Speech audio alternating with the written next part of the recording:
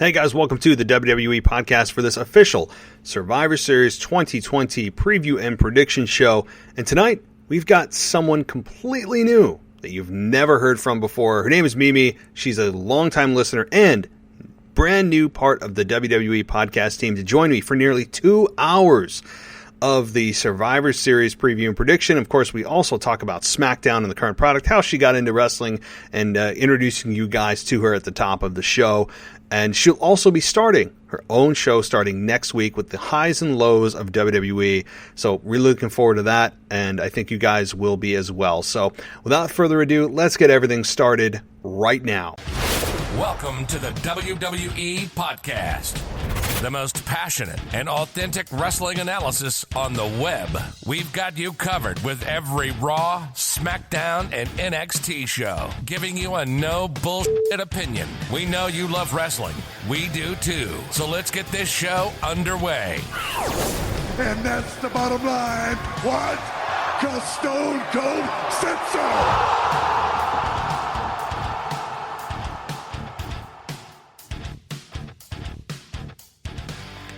Hey guys, welcome to the WWE podcast. We've got a massive show for you tonight with Mimi Burris, who is joining us tonight to talk about WWE Survivor Series 2020 and preview predictions. And yes, we talk about SmackDown a bit at the beginning of the show and a little bit on her personal journey as a wrestling fan, which is a blast. And she's just a pleasure to talk to. 2 hours nearly of discussing wrestling with her, which is felt like 20 minutes. So I think she's going to do great things here. I hope you guys will support her and her new show that will be exclusive here on the WWE podcast starting next Sunday. She will be doing a highs and lows of the week. I like that. You know, it's like one of those, like, how did I not think of that, right? So, certainly smart and well-spoken, and I'm really looking forward to having her as part of the team here. Let me know what you guys think, because having a female voice too doesn't hurt, right? Like, seems to be all guys. It's a very male-dominated podcast industry with wrestling especially. So very, very cool to hear her, hear a wrestling fan's perspective, being a woman, right? Does the same thing interest her? Does the same thing for the women's division? Does she view it the same way I do? I mean, it's great. So I hope you'll help me join her in welcoming her to the WWE podcast team. So, alrighty. Well, we've got a big show, as I said, and a bit of an announcement. Many of you have responded to me and said that you'd like a live show. So here's what I'm going to do. Okay, we'll still keep the voicemails. That voicemail number is not going to change. That voicemail number will remain the same. And I will still do voicemail shows. So there's that. However, when there is something big going on, like a pay-per-view, or a massive news story breaks, I want to be able to hear you guys. I want to be able to hear your voices. I want to be able to respond in real time. No safety net. You should hear all the edits I do. I mean, sometimes I just ramble on or I say things I shouldn't. So it's going to be fun to hear me with no net. And here's what we're going to do. Blog Talk Radio. I still have an account there. I reactivated that account. And I expect everyone to donate $5. I'm joking. So I have that account. I did reactivate, and it is a live format. If you haven't followed me before, you don't know what I'm talking about, blogtalkradio.com. Search out the WWE podcast, and you'll see my logo there, and you can call in.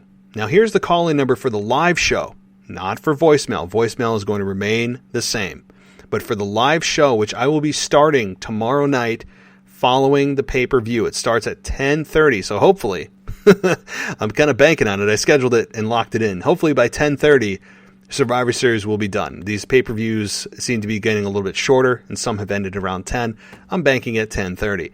10:30 tomorrow night, I'll be going live to take your calls.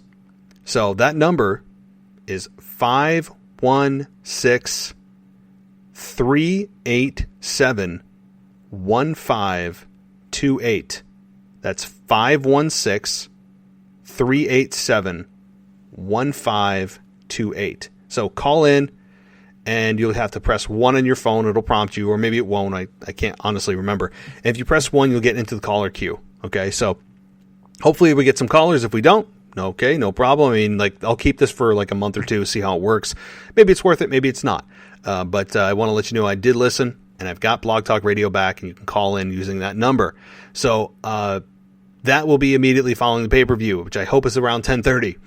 And then following that, the Botch guy will be joining me, and we will be doing a full Survivor Series review. So that is going to be coming your way by early Monday morning. You'll see the Botch guy and myself cover the entire pay-per-view. So that'll be a blast. We usually run about an hour on pay-per-view night. So a lot of podcasting for me tomorrow night. A lot of fun for you, I hope. But that's what's going to happen. Podcast or live shows will remain or be restarted, and the voicemails will remain intact. So how about that? Best of both worlds. So again, 516-387-1528, and go to blogtalkradio.com and search out the WWE podcast. You'll see the show created for tomorrow night.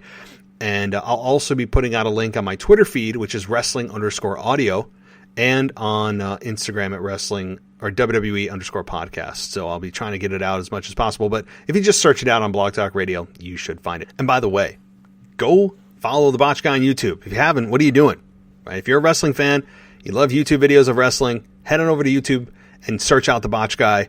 Him and I, again, will be doing a live show tomorrow night, at least in our live format, not on the Blog Talk Radio format, but recording live tomorrow night for your Monday night and Monday morning review of Survivor Series. So head on over to YouTube, though. Super fun to watch his videos. Posts almost daily about wrestling. Quick watch. You don't have to commit 30 minutes to it. It's usually like 2-3 minutes tops, and just a very, very magnetic personality. You'll see what I mean when you go there. So if you haven't, you do yourself a favor, head on over to YouTube, search out the Botch Guy, and hit that subscribe button. So, alrighty, let's get to Survivor Series with Mimi and myself getting into, again, SmackDown at the beginning, but all Survivor Series towards the back end with our predictions that we don't agree on everything, which is great. So you'll have to hear that. And again, tomorrow night, guys, I'll be back. I'll be live following the show. Head on over to Blog Talk Radio. Find the WWE podcast. Follow us, and you'll be able to get in to the caller queue, and we can discuss Survivor Series. And I have a feeling it's going to be a lot to discuss. Good, bad, and indifferent. So, alrighty, guys, you know the deal. I'll talk to you next time. All right, everybody, welcome to the WWE podcast, and we have a special show tonight, not just because it's the Survivor Series preview and prediction show, but also we've got someone new that you guys have never heard from before, but I think you will be glad that you did, and you will continue to listen to this individual. Her name is Mimi Burris, and she is a longtime listener to the show. We're going to be having her join the team here, not just for tonight, but also for the coming weeks, where she will be doing a weekly highs and lows for that week in WWE. So, Mimi, welcome to the show. It's really, really exciting to have you here, especially have a female voice on the show. I think that also is definitely a plus. So, how you doing? Hi, yeah, I'm good, thanks. I'm excited. I was thinking about, I'm grateful that we got this to work out, and I was thinking about just, I thought about, emailing you and asking you about that idea for a little while, just because, we were talking about before, I've been a closet wrestling fan for a long time, and there are not a lot of people, in my life that I can talk about wrestling with. And so, to get a chance to therapeutically just air out some frustrations, right. And some stuff that I really liked in the product right now, is a great opportunity. Yeah. That's what I always say. I mean, if you've listened to me, it is therapeutic. There are so many fans out there that we have maybe the one friend that kind of likes wrestling or generally follows it, but they're not as passionate as you and I are, or our listeners, because they aren't listening to wrestling podcasts. They just kind of maybe watch Raw or SmackDown here and there, but then they show up for the pay-per-views. So this is exactly that. It's a therapy session. It's kind of like people are metaphorically sitting on my couch, right? Like I am your therapist, and we are all together on this one big couch talking about wrestling. And so exactly right. So I guess in a way to kind of get our listeners to know you a little bit, how did you come into wrestling? What are your first memories of wrestling? Yeah, so I mean, it's all very blurry, I think, because I started wrestling or watching wrestling when I was young, like that kind of that young enough where you can't remember most of the stuff, just little pictures from here and there. But what I can tell you is I remember John Cena. So I would say like the best way to encompass it is John Cena was probably my Hulk Hogan, if that makes any sense. And oh yeah, a lot of John Cena, being young and being a young girl who loved John Cena, and then growing up a little bit and understanding a little bit more, and then finding people like there was CM Punk, but I'm talking about like long hair CM Punk, like ECW CM Punk, and that terrible rendition of WWE's ECW CM Punk. Like those kind of pictures coming to my mind. Original Miz and Morrison, with the fedora hat and those terrible shorts. We're talking like, Jamaican Kofi Kingston. Rey Mysterio was my favorite when I was young for a while. Randy Orton. So that's probably about kind of the main time I started watching. I know that's probably a little all over the place, but those are all the memories that come to mind.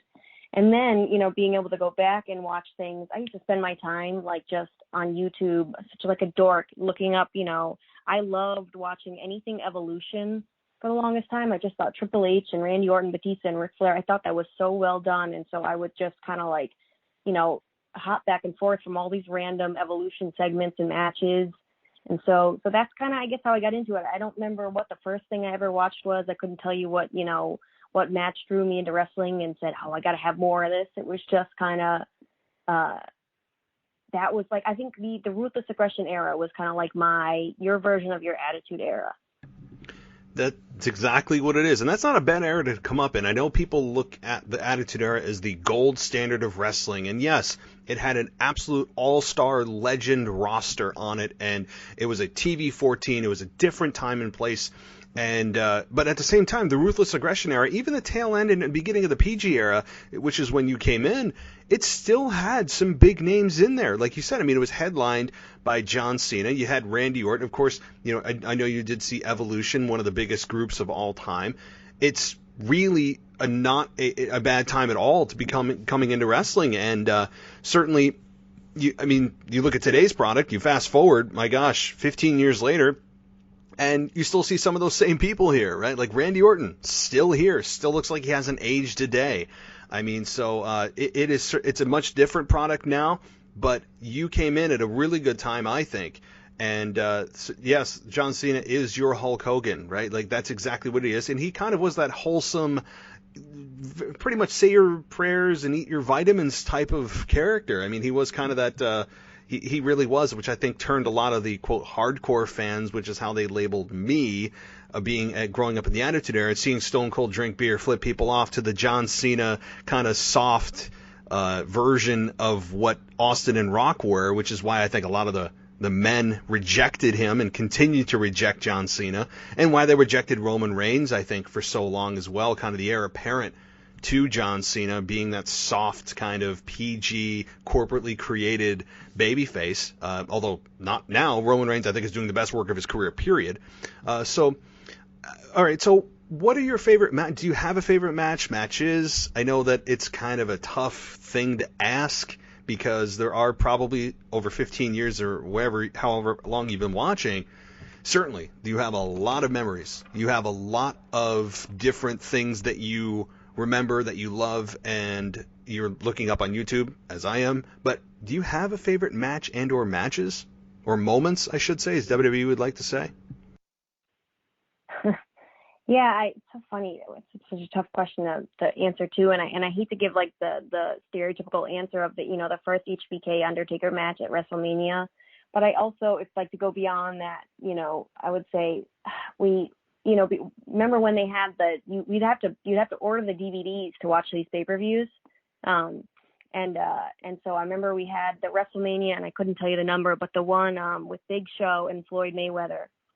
We had that like DVD set, and we had those TVs in the back seats of your car. And so we would, when we go on a road trip or something, we'd watch that in the back seat. And that was probably one of my favorite pay-per-views. I don't know if it's just nostalgia, or, actual good matches, because I'm blanking on any other match on that card right now. But I do remember loving watching that. And then I guess, I got, again, a DVD. I remember for Christmas one year, my brother got me a Rey Mysterio DVD. It was like a 3-part DVD, and it had all, Rey Mysterio was like walking on a beach, and then he would introduce you to one match, and then you go to the next one or whatever. And to be able to go back and watch his matches with Eddie Guerrero, and I couldn't even form words when that was going on. Some of those matches I think are probably one of my favorite matches of all time. And it seems like a cheap answer because, like I said, I never was able to watch something like that live. But I just remember loving, being a kid and loving, Rey Mysterio was like a superhero. Nobody could just hop. There wasn't all these like flips and dives and stuff like there is today. Like he was one of the few who could actually really do it well. So, yes, I mean, the flips and dives, I mean, you know how I feel about all that stuff, Dave. But to answer your question, I mean, that was WrestleMania 24. I was going to cut in, but I wasn't 100% sure. I wasn't sure if it was 23, 24, but I did Google it just so everyone knows. It was 24. And, the Floyd Money Mayweather and Big Show match, not to review it, but I think that match absolutely outperformed what a lot of people may have feared would have been a total disaster of a match. I love that build. I do remember that very well. Edge and Undertaker, I believed, headlined that for the World Heavyweight Championship. And I believe Undertaker captured it that year. So, yes, I do remember that on a very foggy spring break in Panama City when I was mid-20s.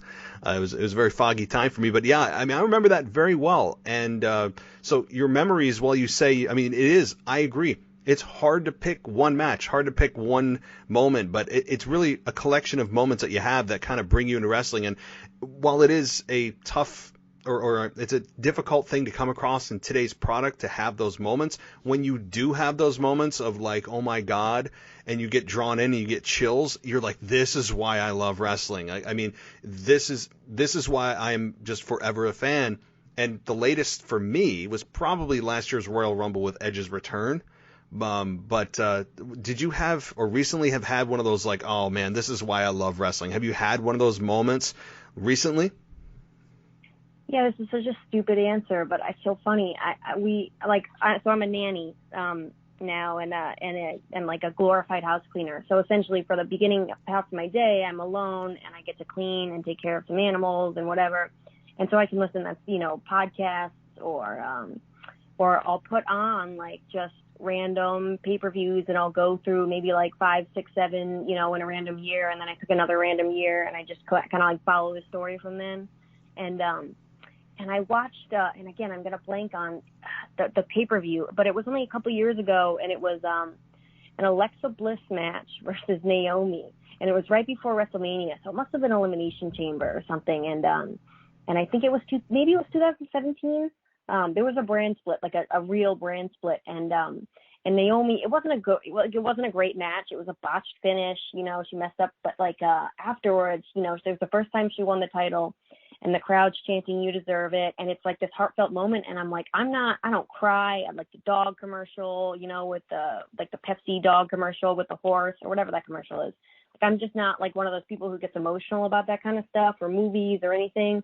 But like that moment had me welling up for some reason. And so it's like those random, like you said, those random times when like, I don't know, it just hits something in you or hits home and you're like, oh, this is why I watch. Like, this match, again, the match wasn't great, but the story of this person who tried, worked really hard. You watched her in the Funkadactyls, what a mess that was. And to be able to see, and like, it all culminates that moment. It was cool. And so what a weird thing to pick, but I just remember watching that and being like, oh, yeah, that's like, again, brought me, like my eyes got watery. Mm-hmm. This is exactly why we watch wrestling, right? Like, and it's the same reason we all watch TV shows or movies that draw emotion. We're human beings. We are emotional by nature, and when we don't have emotion, it's hard to get attached. It's just very superficial, which is why I'm not a big fan of putting so much emphasis on athleticism and so little emphasis on story, because story is what draws out emotion, not necessarily the superficial moves in the ring. Those are just vehicles to tell the story, but if you don't have something underneath it, it's just kind of meaningless. So, I totally get that. I mean, I totally get those moments that just kind of happen. So, I guess, because I haven't asked you yet, how have you been faring in this COVID era with no fans, given that the belief is, and I think it's accurate, that the biggest superstar ever are the fans. Because without the fans, it is, I don't want to say it's soulless, but at first it kind of felt that way with an empty performance center, now known as the Capital City Wrestling Center, I believe. It felt very lost. It felt directionless or soulless. It kind of is. I mean, it is what it is. And now they have the Thunderdome. They're, I guess, going to Tropicana Field in a couple of weeks, 3-4 weeks, to go into that arena for the Thunderdome and eventually maybe bring fans back, is what I'm hearing. So how have you been watching wrestling? Has it been harder for you to watch without the fans physically there? Yeah, it's miserable. We were just talking about this today. We've fared fairly well in the whole, in this pandemic with our personal lives. But so it's like, talk about a privileged thing to be able to say. Probably the biggest hit in my life in this pandemic is the fact that my favorite thing to watch, like you said, the soul's been taken out of it. And I appreciate everything they've done, whether it's been like the creativity of just taking the the NXT trainees and having them as fans and the Thunderdome and all this stuff. I appreciate it, like the pumped in audio and stuff like that. It makes it a little more bearable. But what was I just watching? Again, I go back and watch a lot of just random pay-per-views, and I just watched the 2015 Royal Rumble one where in Philadelphia, where Roman Reigns wins, and to hear again, just to hear even if it was cheering, but just to hear the absolute like unity of this entire arena, booing this guy. It reminded me or whatever, like, oh my gosh, I miss that. Like, I miss that genuine reaction like that. WWE can't tell me who I'm cheering for or who I'm not. These people like voicing their opinions on the spot, not on Twitter. I'm not on Twitter too, but like, it's just lost without it, in my opinion. So I'm itching for when, they can bring fans back in. Obviously I want everybody to be safe, and that's the first priority. Like, my viewing pleasure falls behind that, but I miss it. I miss it a lot. It is tough, and we've adjusted as fans, I think. I mean, at first we were all, not just in our personal lives, just totally disheveled, but in our entertainment lives, it became difficult to watch, especially when they were constantly shooting at empty chairs, and you could hear actually like the announcers not only on their headsets, but it was being picked up by the cameramen. So it was kind of like it was doubling down on, and a constant reminder of how empty things are. And again, I'm with you. I'm appreciative of everything they've done. They could have shut it down. Vince could have shut it down and said, look, we'll be back when this thing's over. But knowing Vince McMahon like you and I do and most of the fans do, there was nothing that's going to stop Vince. He's of the mindset that the show must go on. I mean, they are always of that mindset, and I appreciate that. And it's drawn not always positive feedback, because there's a lot of people who felt it was insensitive for him to continue, that it was unsafe for the performers to be there. And I think while there have been a couple of outbreaks, and as expected, there haven't been any massive casualties or any casualties that I know of that have resulted because of them continuing operations. And I think if people appreciate it, because people need an escape. And I think that's what they think too, is that the fans need them more than ever. And I'm with you though, that reaction, that instant feedback, I miss so much. And I agree. Pumped in audio, fine. Like they are doing what they can. I wish that it was real. We all wish it was real, and they have the fans there on the LED boards, and that's fine. And that is the best that they can do right now. But like you said, that example, and I bring up that 2015 Royal Rumble a lot because it points to the time that I thought they should have turned Roman heel, period, and just left it there.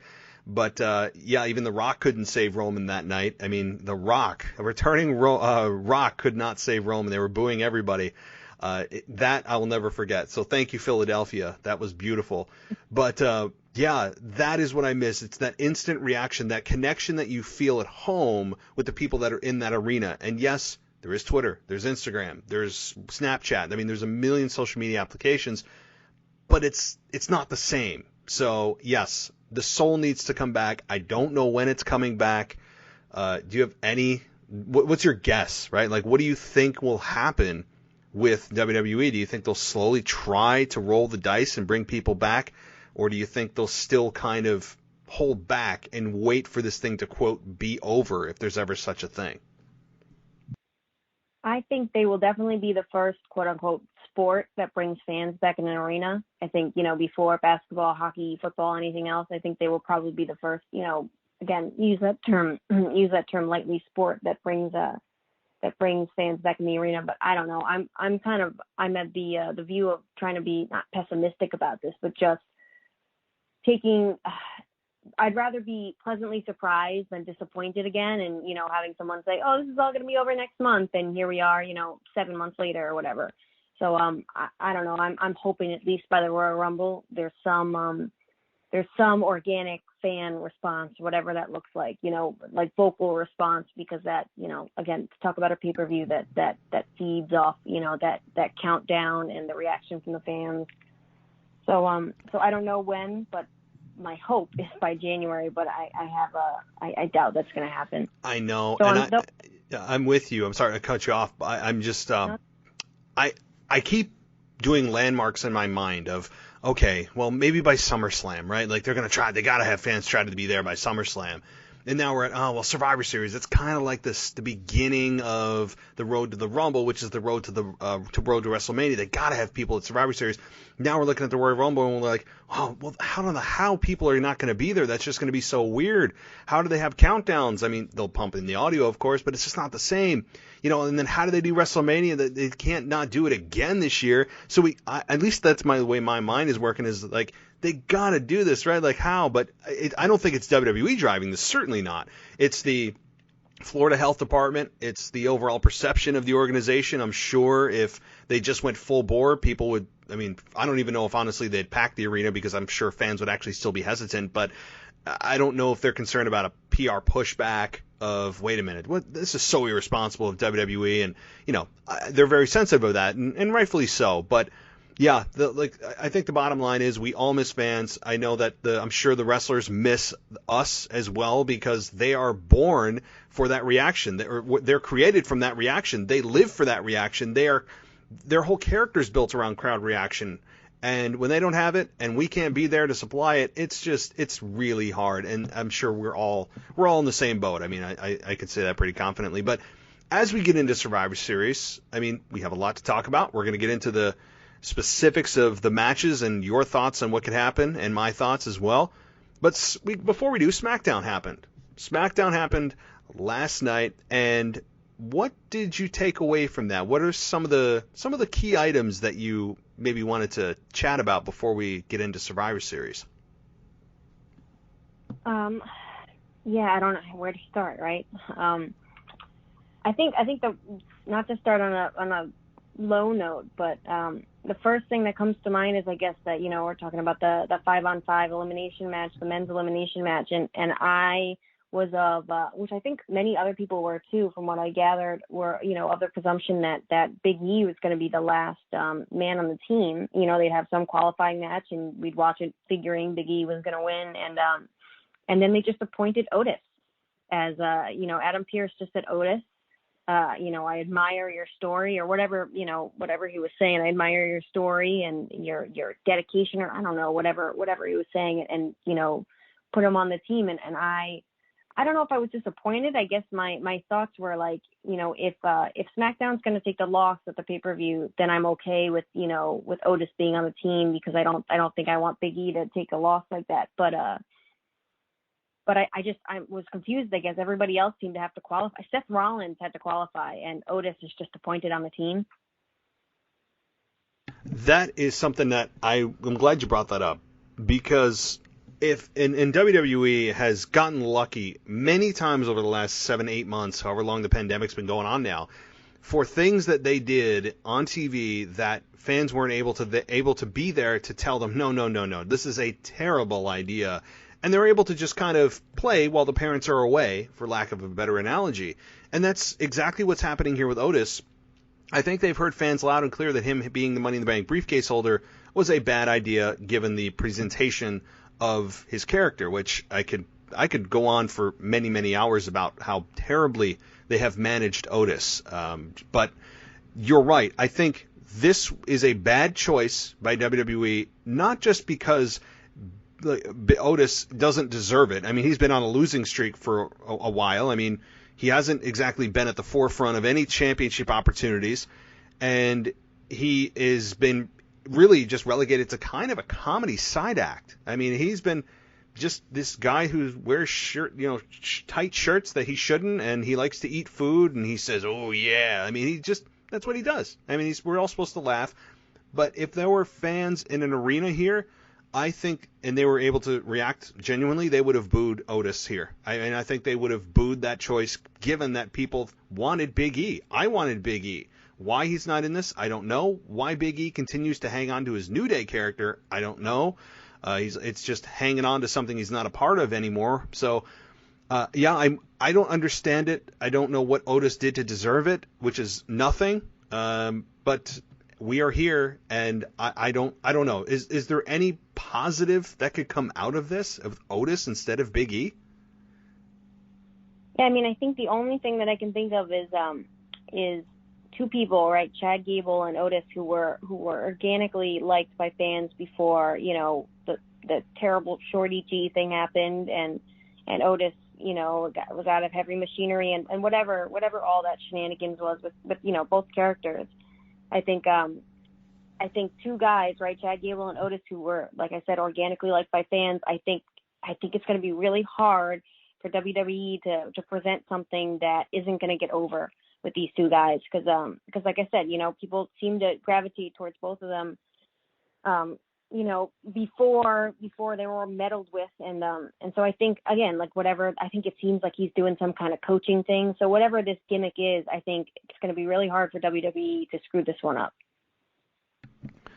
Yeah, it will be. I just don't know why Big E and his evolution of character has not happened yet, and not even like a little bit.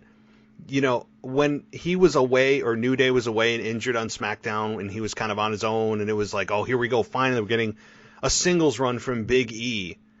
And we started to see some moments of hope where he was starting to kind of evolve as a character and not just be this over-the-top cartoon character who's concerned more about, I don't know, throwing pancakes and things. And then we got the New Day come back, and he's back to being the Big E character from New Day. That's the kind of the spin-off, or what's the remnants of New Day on SmackDown. And I was hoping when that happened, hey, at least let's see some progress every week. Let's see if Big E is able to show signs, small signs of hope that he could change and that he's evolving, and we haven't seen that yet. And I don't know. I'm not a fan of the way that they've portrayed Big E so far. I know many people find it entertaining, and that they enjoy the over-the-top, cartoonish type of gyrating and everything else that he does. But if he's going to have a successful singles career, something has to change. And I don't know when they're going to do this. Even Corey Graves on air said that if he wants to have a successful singles career, he needs to get serious. And so it's acknowledged. I'm sure they're hearing it. I just don't know what they're waiting for. Even if Big E took a loss at Survivor Series, he could have had a good showing by eliminating 2, maybe even 3 guys on the Raw team. Like, they could have done something that made an impact even in a loss. Yeah, I was surprised by that. I was thinking, I thought Vince would love to see, Big E and Keith Lee in the ring together, or any of them, right? Because it's mostly those four big men, in the ring against Big E. I thought that would have been something that Vince McMahon would have just been salivating over. But I guess Otis is a second to that.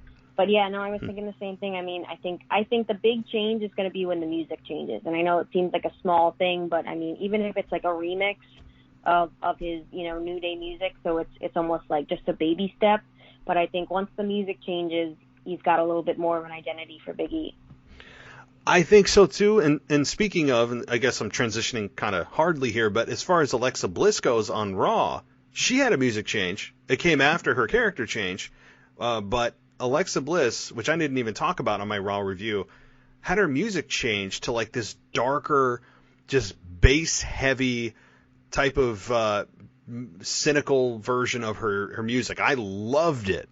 So my question, how do you like Alexa Bliss joining Bray Wyatt and The Fiend in this new duo? Oh, I love it. I think it's so good. On Raw, that bump that she took with John Morrison over the barricade, I thought was hilarious, but also awesome. And the way she came up with that smile and she like tightrope walked the barricade over to Bray Wyatt. I think she's getting a lot of like, flack for her acting. I think she's doing a great job. I mean, I don't think, these people are wrestlers, right? They're not, I wouldn't call them actors. And I think she's doing a great job for where she's at. I think it's completely breathed new life into the whole Bray Wyatt, the Fiend character. I don't know where they're going with it. I'd like to see,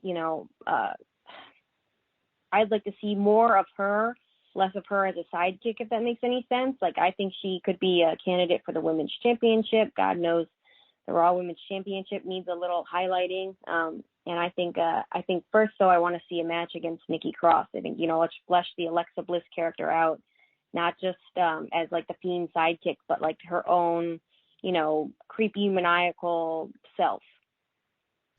Yes, it needs to happen. Nikki Cross needs to I'm not going to say she needs to go away, but this program needs to happen so exactly what you said. She can shed the skin of her former self. And it almost feels like that Nikki Cross is the heel in this. And that's weird to say, given that she logically has a right to wonder what's going on and try to help a friend. But you're so intrigued by what's going on with Alexa and Bray that you're kind of siding with Alexa to beat her up.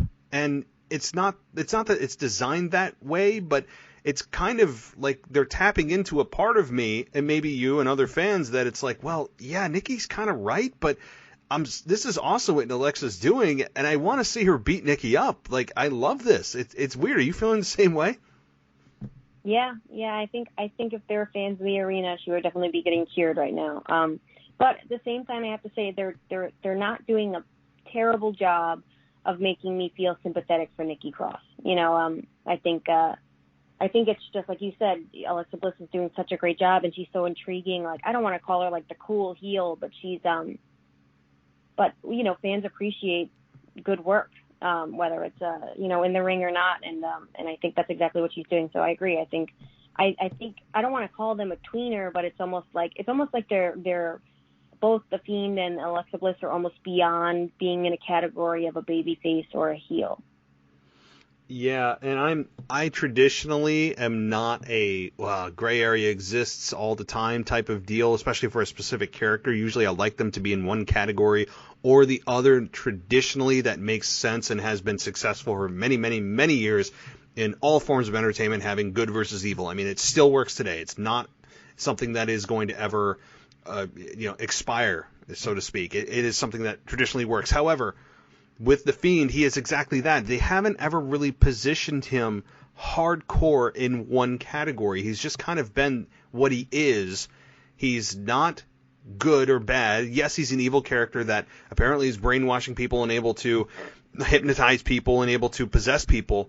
But at the same time, you're rooting for this character because it's so original, so cool that, yeah, they're beating up somebody I like, but damn, it's kind of awesome seeing them do this. This is entertaining, right? So it is exactly that. I think WWE has recognized that, and The Fiend has never really gotten booed outside of last year's Hell in a Cell with Seth Rollins. That was just complete dumpster fire with the finish. Outside of that, I don't really see or hear when we had fans, if we can all remember back that far, when fans were in an arena, I don't remember The Fiend ever getting booed, to my knowledge, outside of that one incident. So this is a great place, not just for Alexa, but I think The Fiend as well, because The Fiend, I think, needed something additional. Even though he was doing good on his own, good to great, he started to feel a little stale, and the Bray Wyatt character needed something. And I think as great as this has been for Alexa, I think conversely it's also been as good for Bray Wyatt and The Fiend to kind of feel fresh again. Yeah, I completely agree. I think you've mentioned it before. Just he's kind of a character that is better in little doses. I want to be excited when I see him on my screen. I don't want to see him every week. And so I guess with that, my rough transition here into the Undertaker at Survivor Series. With Randy Orton coming out and Alexa Bliss was the one to greet him. I think a couple weeks ago on Raw, and it's kind of been a theme. Do you see, I know you've been talking about, you think The Fiend is going to interrupt The Undertaker. Do you think Alexa Bliss could be the one to come out? Or I guess if you're in your dream booking situation, how would you book this at Survivor Series?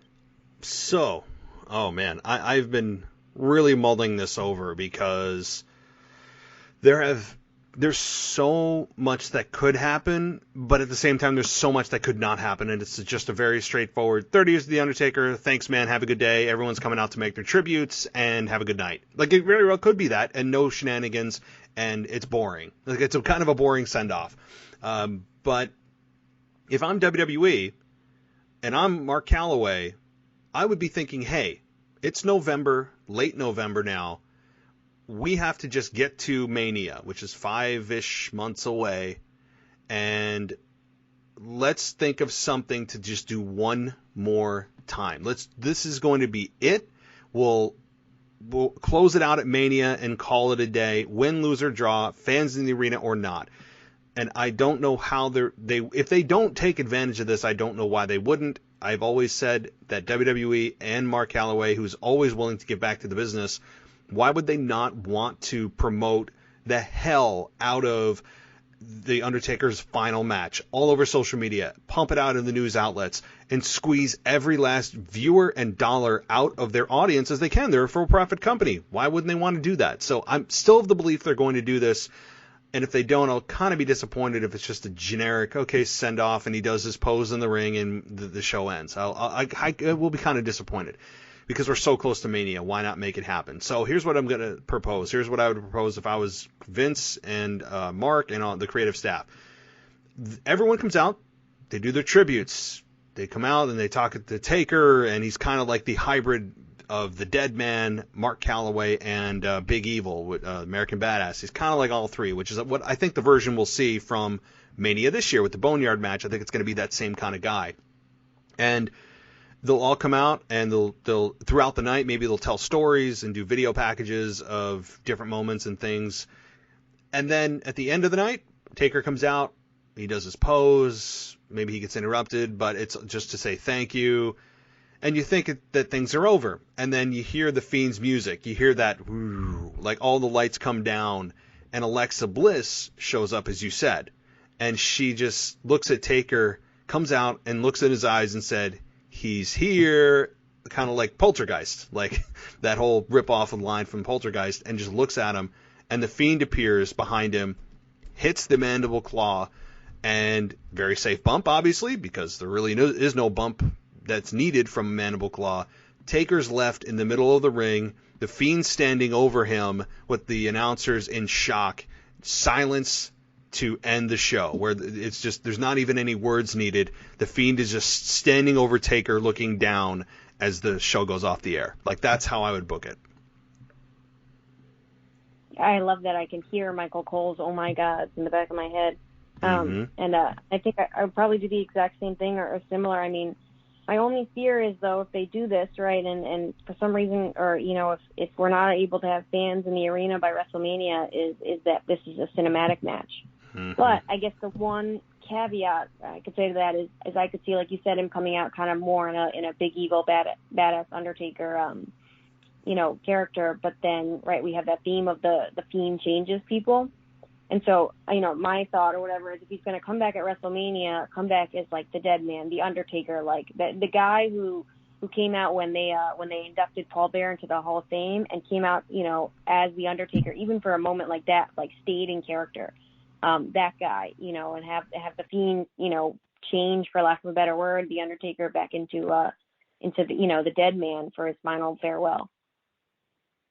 Yes, you know, you're probably right, considering that in 1990, when he was introduced and joined by Brother Love, Brother Love being his manager, he came out as the Undertaker. So it would make sense that he would come out as the Undertaker, not just at Survivor Series, but also to end his career. I mean, that was the most successful version of himself, and I think you're right. But that's how I would book it. Now, I wouldn't put money on that WWE does this. I mean, there have been rumors floating around that this is truly it. It's just kind of a tribute, and we all say goodnight and thank you so much for your service, but see you later. I mean, if it happens, again, I'll be very disappointed. But again, it's Taker. So he you know that if you watch the documentary series about The Last Ride, which is one of the best documentary series I've ever seen with wrestling ever, that he would continue until his body said no. Like, it's not the drive within himself, it's his body that's limiting him. So, you know that the desire is there from Mark. You know the desire is there. It's just, can he do it? And I think he could, but what he'll struggle with, from what I've seen from the documentary, is that will he be satisfied with that? And I think he has to, in his mind, be at peace with whatever happens in this match. Win, lose, or draw, good match, bad match. This is the end no matter what. And I think that's the struggle he's going to have if they go through with this, because you know that he's always going to be like, oh, I can't end it like that. You know, I wasn't fully satisfied with my performance.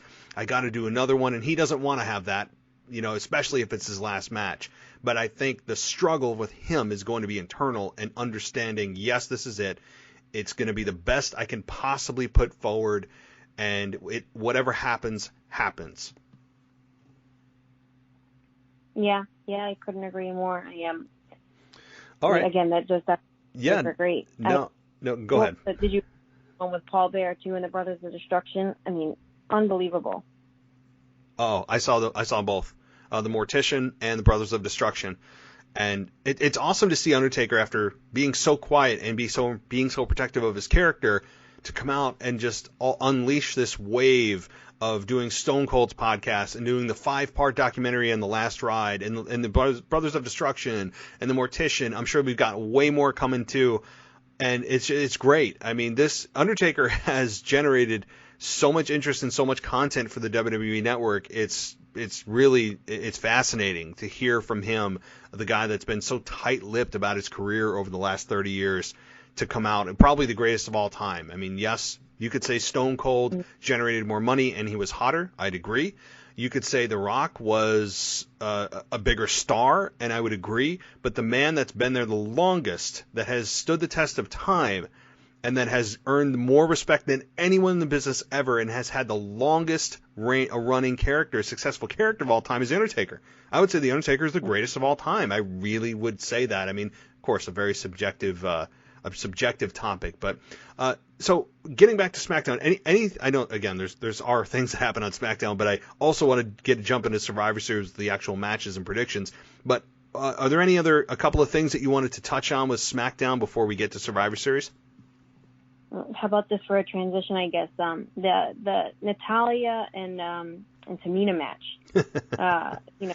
for the qualifying for Survivor Series, I was thinking when I was watching this, I was like, man, this is going to be, you're going to have your first ever rant about Tamina on the unofficial WWE podcast. Because I love Tamina. I think Tamina's great. I mean, I don't know why she wrestles in a leather jacket. I think that's terrible. But I think she's so underutilized. And like, I'm sitting here watching this match and I think, Tamina's been around for a while. And I think she's got the look, and I think she's decent in the ring, right? She doesn't even have to be that great in the ring because she's so big compared to the other women.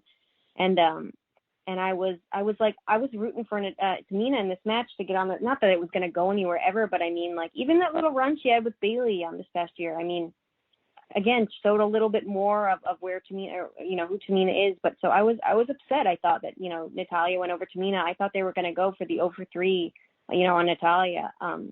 And also, like, with that being said, too, talk about someone who's been around for a while, Natalya. I am so disappointed in the way that she's been booked. I think, like, again, I was never a Natalya fan personally. I don't like her personality, from what I've seen outside of WWE as well. It's just not my kind of person. But like, that's not, neither here nor there. I think that she's got a lot to give, whether she's just like the grizzled vet who puts over new talent. Like, why are we using her as like, this 5-year-old throwing tantrums? I mean, she stomped her foot at Adam Pearce on SmackDown. Like she was throwing a tantrum.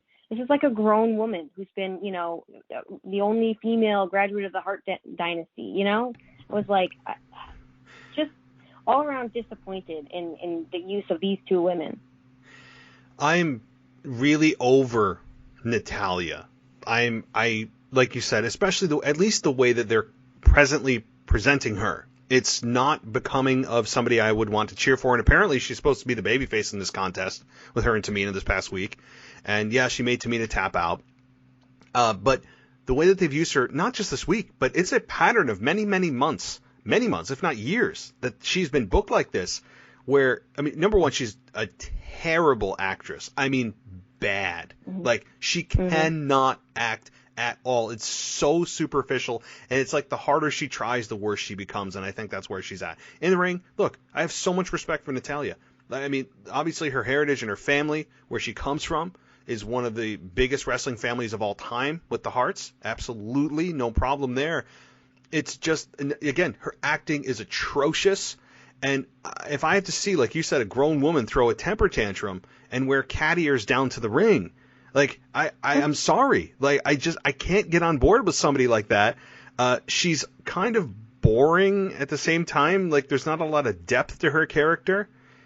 She's shown flares at times of, you know, she's cut good promos in the past. Let's be honest. She has cut really good promos in the past, but this current iteration of her is really unwatchable.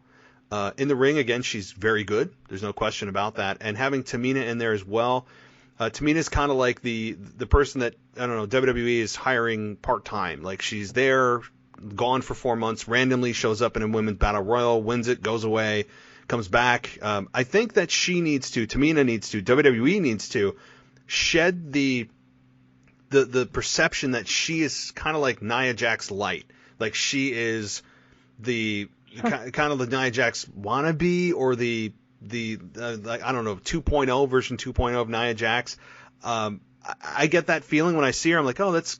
I mean, I always think of Nia Jax and Tamina. They have similar body types. They have long hair. They have similar features.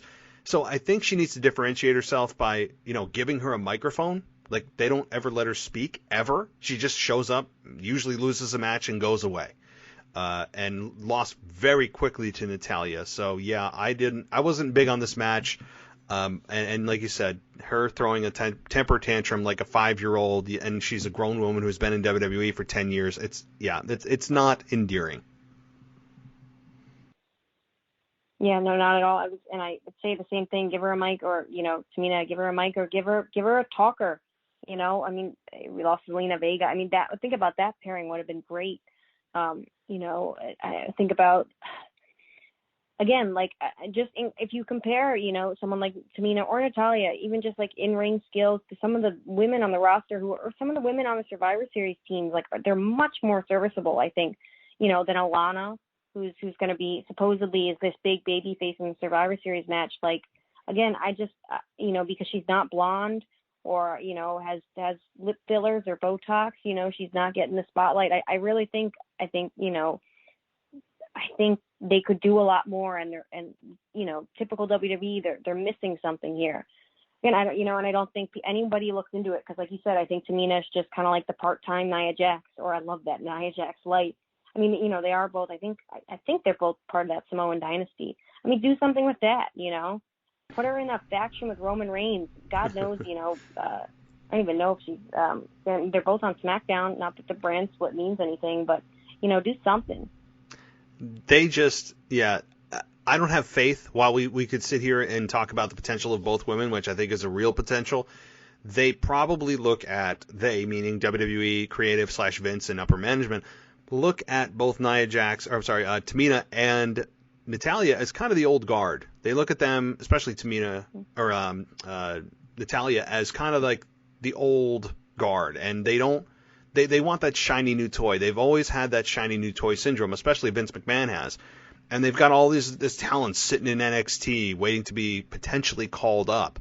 They've got a younger roster, and you look at these two women, they're not exactly spring chickens, and they've been around a while. So I don't have any faith that, outside of kind of being that the doorkeeper or the gatekeeper for incoming talent to beat and start a foundation from and get us actual credible win over, I don't see them ever being the center of the women's division, just simply for the fact of there's too much other talent. And I think that WWE thinks they know what they already have in Natalya and Tamina. I think they believe they've already squeezed as much juice out of that as they can, and that this is not something that we think we can get much more out of. We know what we have. They've been here forever. That's probably the way that they have solidified and cemented their position in WWE. I think they have a very confident opinion about where they are. So we could sit here till we're blue in the face. I don't know. I'm scared. I'm very, very hesitant to ever say they'll do something with them significant. So, okay. So one thing I want to talk about SmackDown too. How can we not talk about the contract signing with Drew McIntyre and Roman Reigns?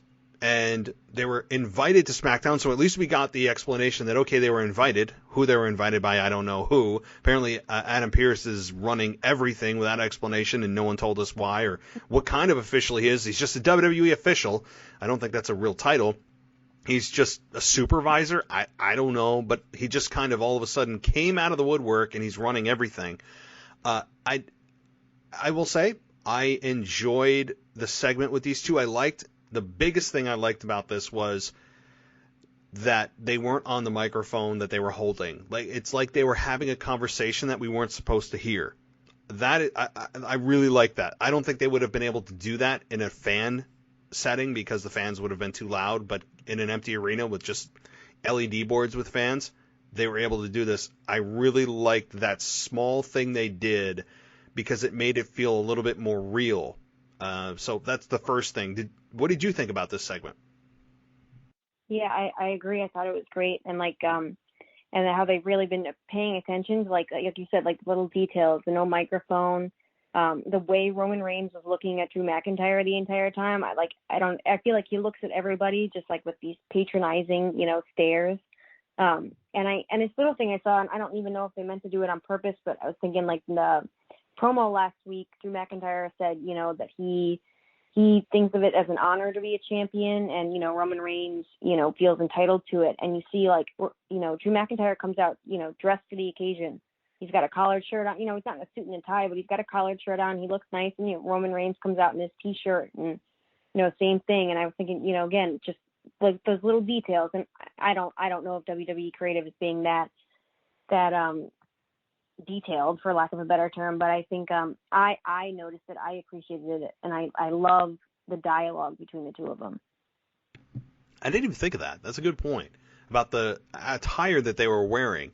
It subconsciously, I think, registered with me, but I didn't actually bring it to my conscious part of my brain until you mentioned it about the attire. And yes, it's almost as if Roman Reigns had disrespect written all over him right from the get-go by not even caring to dress for that occasion of a contract signing. And Drew actually took it a little more seriously and had more respect for the championships, where we had Roman Reigns just kind of come out like he had just been, came from the gym and he just put his shirt on and just strolled into the arena. And I like that as well. That's a good point. And it is the attention to detail that is making this whole thing work. And simply for the fact that Roman Reigns feels infinitely more comfortable than he did as babyface. It's literally like we're seeing the man Joe just kind of come out on wrestling. He's no longer Roman Reigns. He's Joe Anoa'i, I think is his last name, if I pronounce it correctly. We're seeing Joe come out and just be himself. And this is what I've been waiting for. And fans have been saying, see how awesome this is? And we are getting an awesome version of Roman Reigns. To Drew's credit, I think he stacks up very well against Roman Reigns. Their dialogue was awesome. The ending, I guess the money quote was that Roman Reigns left it by saying, "Drew, you will always be my favorite number 2." That, I mean, does it get any more disrespectful? And yet he's constantly commanding respect, and he's always disrespecting the people he's in the ring with. I mean, this is brilliant stuff. Yeah, I had that same line written down. Roman Reigns he's just so plays the part so well, like you said. Like, it sounds like he's just being himself. I think this is how fans seem to have viewed him for however long, and just like being masked by like this, John Cena wannabe babyface, but like this is the man underneath. And I don't know if that's the story. I'm sure he's a great guy, but he is so good at just being a jerk.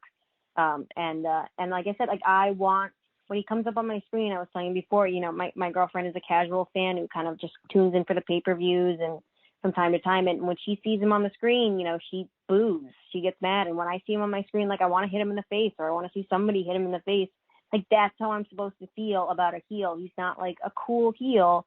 Like he's a jerk. I don't like the character Roman Reigns, and it's like they finally got it right. That's it. That is what people have been missing. That's why so many people love the Randy Orton heel turn, but the continued heel run and brilliant heel run that he had in the spring and summer that got, I think, short-changed by Keith Lee and several losses to Drew McIntyre. But when you feel that way about a heel, that you literally you would pay to see them get their ass kicked, then you have done your job. WWE has done their job. So heels like Orton and the brilliance they did with him over the summer, and now Roman Reigns, you don't feel this way very often. How many more heels in WWE could you name that you would actually pay money to see somebody beat them up? It's a very short list. And when people get angry, I think that's an emotion that WWE really underestimates a lot of times, because literally their mission statement, they will say how many times over and over and over, I think it's tattooed on Stephanie's forehead at this point, that we put smiles on people's faces. I mean, she said it 300 times during the WrestleMania Part 1 and Part 2. She says it in every press conference she does. It is just, it's really just stomach churning how often they say it. So when people get angry at characters, that's money. People, it doesn't always have to be a happy ending all the time, because when you have a hot heel, guess what's it's going to create? Hot baby faces. You want that dynamic. You want to have that feeling of, oh my God, I want to see somebody just pound their face in. That you want anger, because it creates a build towards that release of happiness. Like, that's what you want. And we're getting it with Roman Reigns. It's more brilliant by the week. Jey Uso being his kind of lackey and servant now is great, not just for Roman, but for Jey Uso. How much more relevant is Jey Uso now after just a month of working with Roman Reigns and the awesome story they told with Hell in a Cell? I mean, so everything Roman's touching and everyone Roman Reigns is touching right now is just turning to gold. And credit to Roman Reigns, credit to WWE. And how many people actually thought this? Let me ask you this. If you were presented with this Roman Reigns heel turn storyline and Paul Heyman was put with you, you would have probably thought, wow, it's going to be key that we have somebody to talk for Roman, because it's not exactly his strong suit. Paul Heyman is going to be a perfect fit because he's going to be able to, turn people against Roman if they start to cheer or whatever. Paul Heyman's been almost a non-factor. When's the last time that happened? Could you have imagined Paul Heyman being put with somebody and Paul Heyman is actually almost not needed? Yeah, I mean, the only person who comes to mind is, I guess, CM Punk. But I mean, I don't even know if he was really, you would consider him a Paul Heyman guy, but he's so good on the mic that he didn't really need Paul to talk for him. And I mean, I think this is the same thing. I mean, their interaction, right? There was no physical interaction, and like that's how good, right? Like each promo was. There was no one needed to punch anyone or put someone through the stereotypical, right, contract signing announce table to build towards the match. It actually, I think it helped that it was just, verbal between the two of them, that, no one was hitting anyone. And I agree. I think I've been watching Talking Smack from time to time too. And Paul's the co-host with, I can't remember her name. She's not Keila Braxton. And I mean, he's hilarious on it, but he's taken on the role too. He's like barely talking on that show too. He's really kind of taken a back seat and let Roman shine. And I think Roman's really filled the shoes. I mean, who would have thought? Like I said, it really does. It feels like Roman is playing himself, and like all these, these 6 years or whatever, he's been, playing somebody who he's not.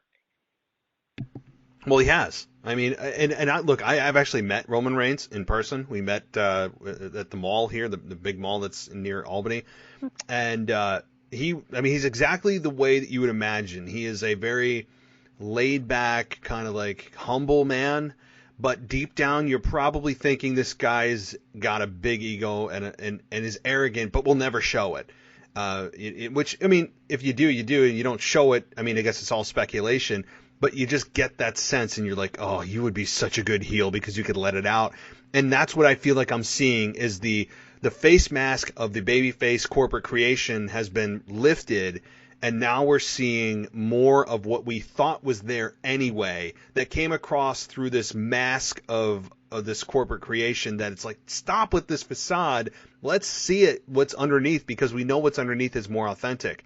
That's what I feel like we're seeing in this version of Roman Reigns, which is why it's working so damn well. So you talk to anybody or listen to any interview of really big stars, they will tell you in wrestling, they'll tell you that the most successful characters in wrestling are who they really are in real life turned up to 10. I mean, like really, really, like obviously magnified. I mean, of course, they're not going to be, going out. Austin's not going to be going out and flipping people off on the street and, dumping beer on them.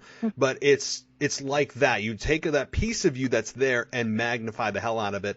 And that's what I think, and why Roman Reigns is so successful, and why I hope and pray that they do not cut this heel run short. I want to see Roman Reigns heel for, a year, 2 years maybe, because what I think is going to happen, and I'm going to ask if you agree, and if you don't, I'm very curious to hear your opinion on this, is after this heel run is over, do you think that he will, when he turns back babyface, be the level of the babyface, the size of the reaction that Vince has been really after to begin with will happen? Like, do you think turning him heel will actually make him the biggest babyface the company has, to the level that they hoped he would be at when they first enforced the 6-year run babyface character down our throats?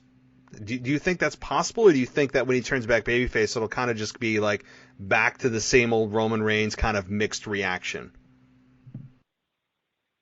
I think if he's got a good partner, but I think that there's definitely high chance of a successful babyface run, just because you think about like all the big baby faces in history, most had started off as a heel. I mean, even John Cena, we were like the doctor of thugonomics for a while. I mean, people were booing John Cena. He came out, he was like a annoying little, white rapper. Like, it was perfect thing for like the male demographic at that time or whatever, to be booing and hating. And then right then is able to turn into a babyface in this weird WWE dynamic where you need time to be able to hate someone before you're allowed to like cheer for them. And I think like I said before too, right? Like, the fans appreciate good work. And so seeing Roman Reigns put in like this amazing, like we said, like an amazing heel run, good work in the ring, good work on the mic, right, is only going to do, it's only going to be for his favor when he eventually turns babyface. But I'm with you. I think this heel run is so good that I can't even picture a babyface run.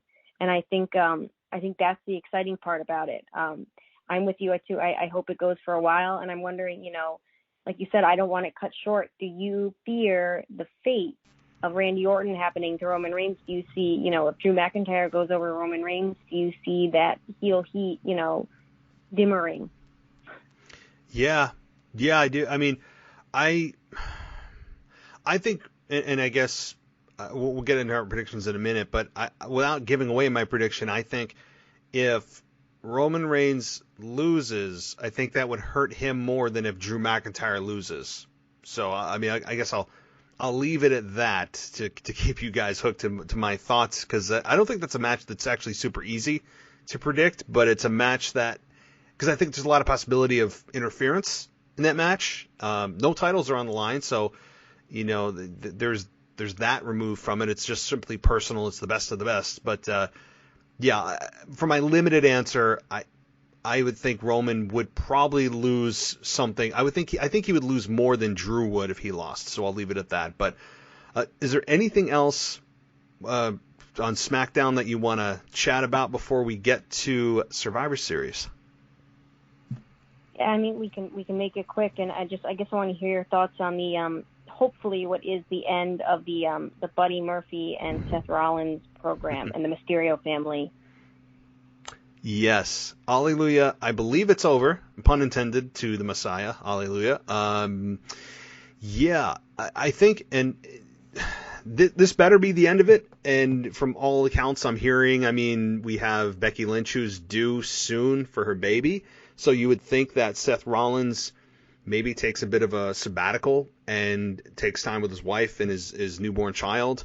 And I think that's probably what's going to happen, given Seth Rollins is also on a decline in terms of professionally. I mean, he has lost a lot lately. He lost a big match at WrestleMania. He lost to Drew McIntyre for the WWE Championship. He's really not had any significant wins and has been stuck in this 5-month rut with the whole Mysterio family conundrum. What started out, actually, I started out really enjoying it, and then was just completely shattered and burned to the ground, resurrected and killed again. It felt very, very, very overrun, and I'm sure Seth felt the same way. We all think, oh, he's going to SmackDown, he's going to be, refreshed, and he's not. I mean, he's right back in. That program did not leave him, and now that it's completely over, I am thankful. I think everyone should be thankful that it's completely over, and we can move the hell on, and we can have Seth Rollins do something of relevancy, do something that is. Just ignore the last few months for Seth Rollins. This has been not good for Seth. I think it's been good for Dominic to show the fans what he can do, probably more than most people thought. And Rey Mysterio to stay relevant. And most importantly for me, Murphy, and we can call him Buddy Murphy on the show. I'm a fan of, calling Matt Riddle and Buddy Murphy. So, yeah, this has been really good for Buddy Murphy. I think this is going to help his career in a big way. He showed he can actually act a little bit. He has some range as a character. He's absolutely outstanding in the ring. And you pair him with Seth Rollins, I mean, you're going to get, you're going to get an automatic, 4-star match. Like, it's just guaranteed. And, I loved the fact that it's over, but I like the fact that Buddy Murphy has gotten a little bit of a foundation to build himself upon. And I do think that Seth Rollins is going to take some time off for his family, whenever that may be, and just reset and reconfigure and recalibrate his character and himself. And I think that's exactly what his character needs in a big way. Yeah, I agree. I mean, I thought the match was amazing too, and I'm hoping that Buddy Murphy does not go into obscurity, or is able to bounce back from this. I don't know what they're gonna do, if Aaliyah is gonna follow him down to the ring. I don't know how they're gonna, maybe there's a Mysterio Buddy Murphy program. God help me. But like you said, I thought the match was amazing. The only thing that I was a little confused about, and again, I don't know if you noticed this too, but why is the heel, right? Like the Messiah, Seth Rollins, who had AOP and Buddy Murphy and Austin Theory for, a hot second. Why is he the one who's outnumbered? Just like the entire Mysterio family came out with Buddy. And, I guess it was a payoff, but what a sad payoff on SmackDown before Survivor Series. Like, that's the payoff to this 5-month rivalry, I guess. But like you said, I'm happy that it's over. I'm happy that Buddy Murphy got to shine a little bit in this rivalry. I hope they, give him something good next. I hope he sheds this Mysterio family, in-laws gimmick he's got going on, and can continue to show the personality that he showed. Because I think he could really be just as good, maybe not just as good on the mic, but as he is in the ring, but decent enough where I think the fans would be behind him if we had him in the arena right now.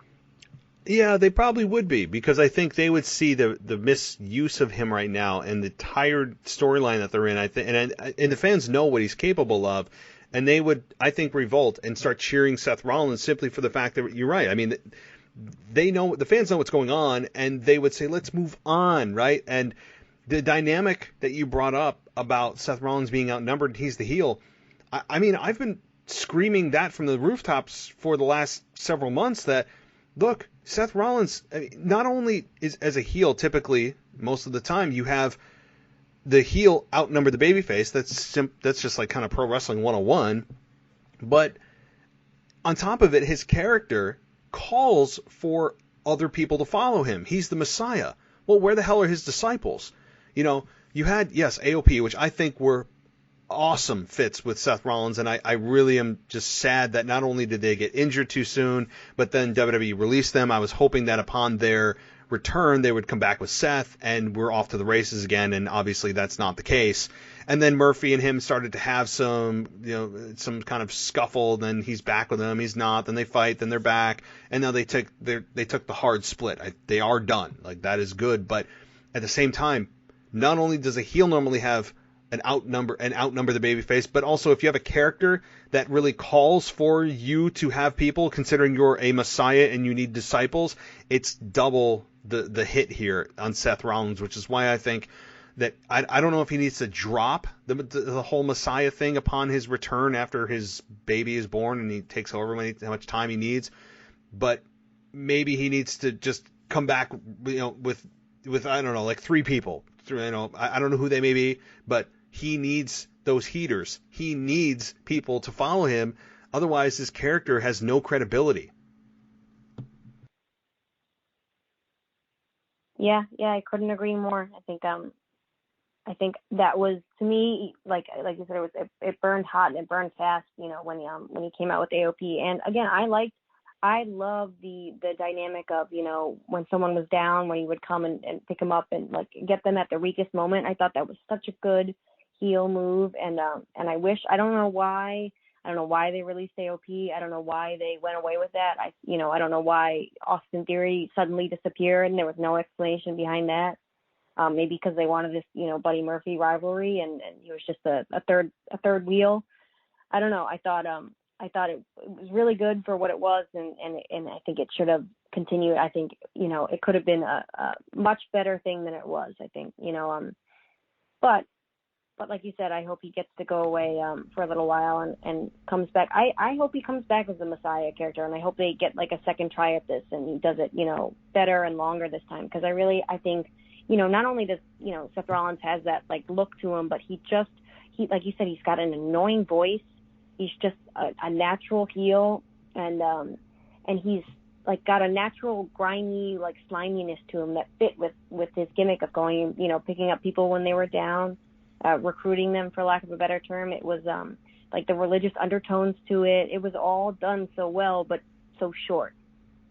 Yeah, that's exactly what it was. I never felt like I got the full potential, the full fleshed out story of the Messiah.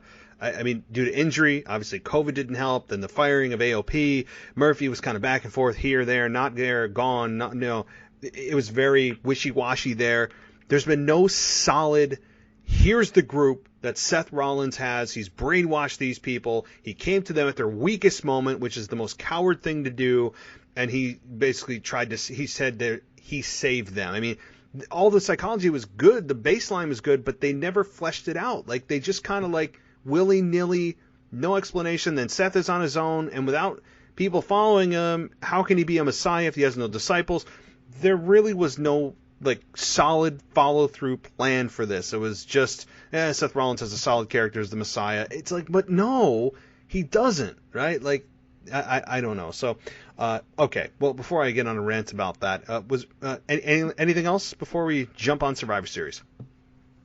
I don't think so. You want to where you want to start? Well, let's see here. Let's pull up the card, which will probably change. It always does. Every time I do one of these preview shows, WWE throws like a wrench in here where they put something on the pre-show that was on the main card, or vice versa, or they just add a random match before the show. But as it stands, late Saturday night, for those that are wondering, if we don't cover a match that randomly popped up, well, that's because WWE likes to throw a wrench in last minute. So I'll start off here with the very first match on the card. Team Raw.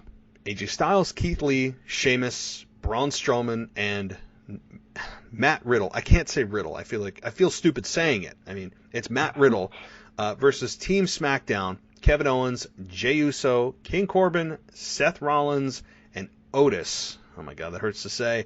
In a 5-on-5 Survivor Series elimination match. Take it away, Mimi. What do you think?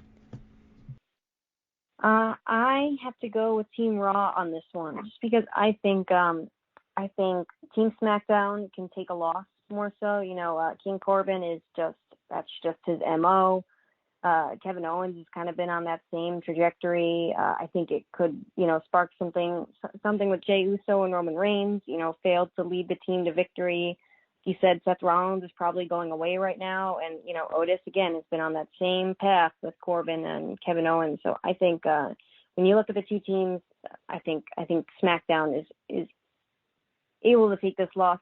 But with that being said, though, I have to say, the whole stereotypical gimmick of they can't get along, on Raw, that could throw a wrench in my prediction. But I think it'll be, if anything will happen, it'll be something like that Survivor Series match. And again, I'm going to blank on the year, but Roman Reigns speared King Corbin. Oh, it was last year because NXT was involved.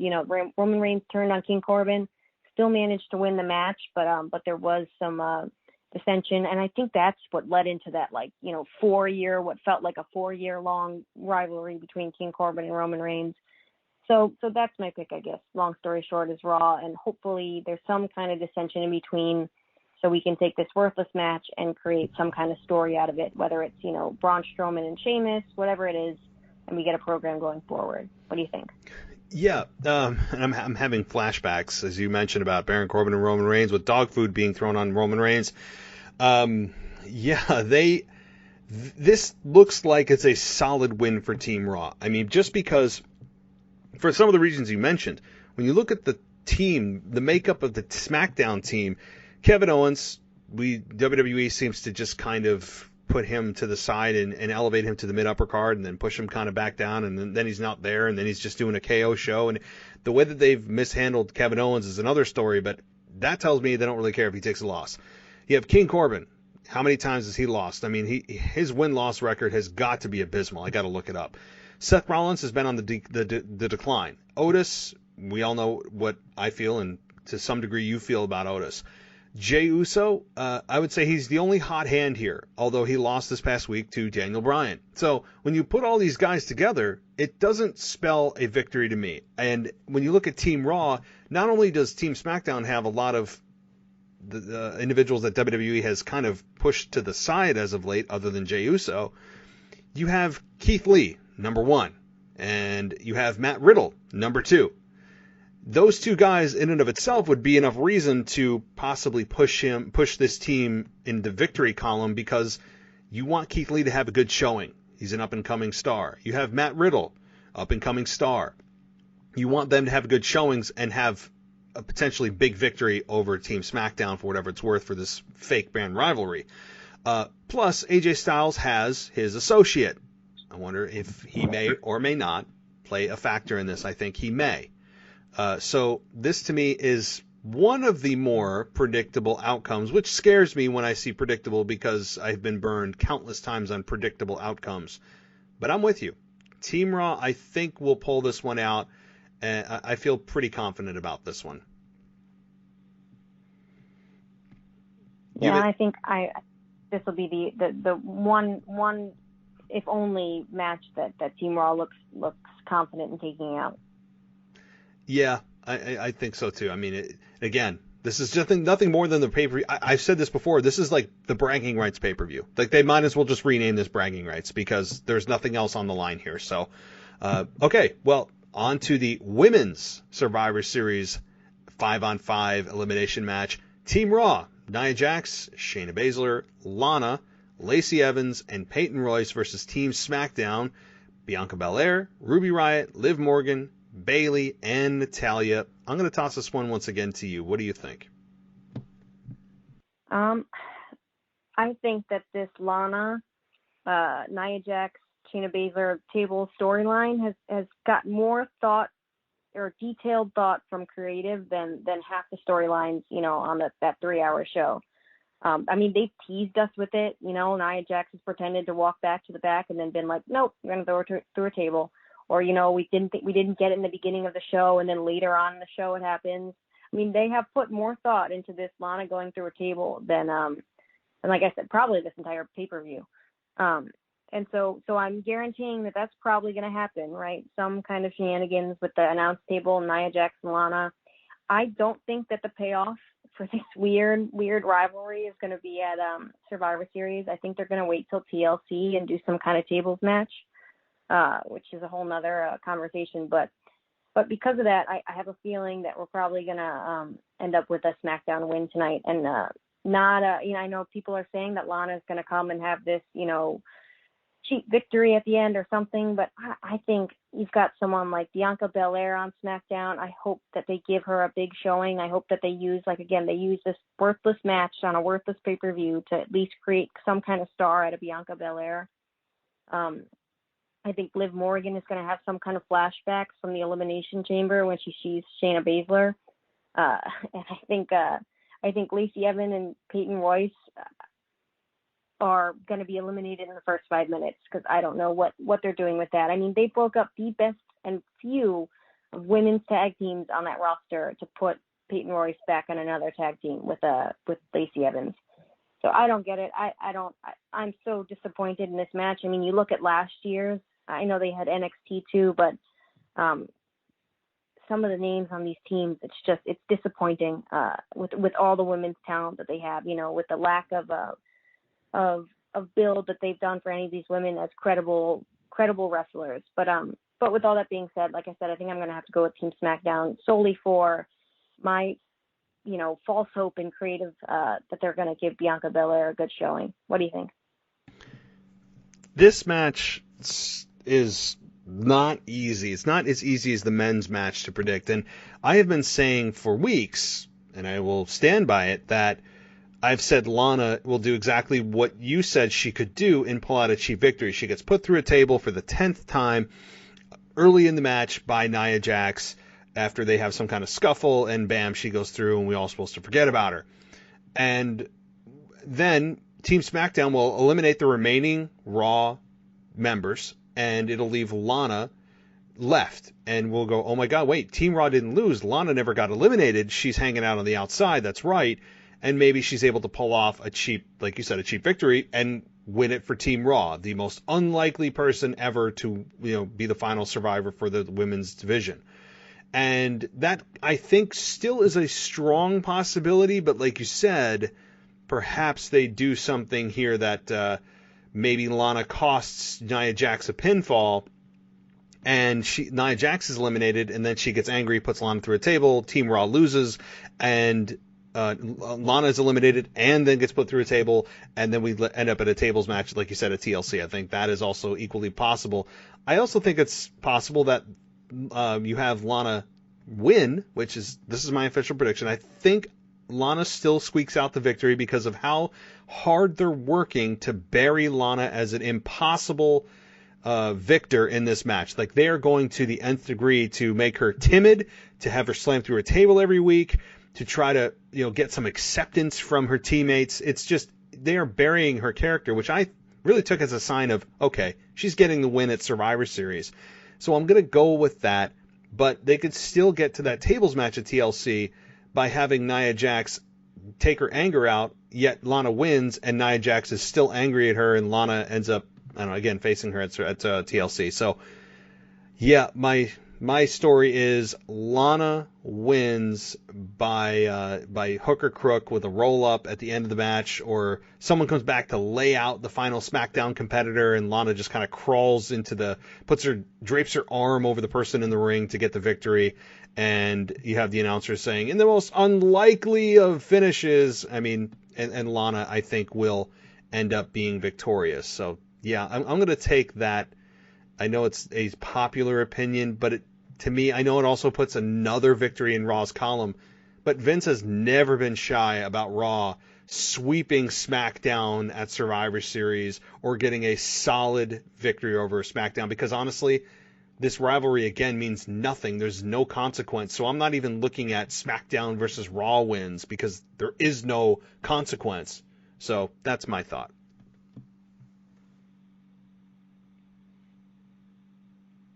Yeah, you're slowly convincing me as you're talking, but I don't know. I'm again, maybe it's false hope, man, but I'm really hoping they do something. Again, the SmackDown team has Bayley. I really hope they don't have Bayley take another loss. I think they have one disposable in Natalia, but I'd like to see them do something with the Riot Squad. Maybe make them look like a viable tag team to challenge for the women's tag team titles. Like, I think there's a lot that they can do here to book for the future, and again, like I said, kind of a worthless match. I think there's a lot of possibility in creating some stories out of it, but we'll have to see what they do. Yeah, and I know you're concerned about Bayley or whoever, but Bayley as a heel could just leave the match in frustration. She never takes the loss. She just gets angry at her teammates and leaves. That way she's not pinned, she saves face, and she gets more heat for abandoning her teammates. So that if you're concerned about Bayley, I mean, that's absolutely a possibility. So, all right, third match here. Bobby Lashley versus Sami Zayn, United States Champion versus Intercontinental Champion.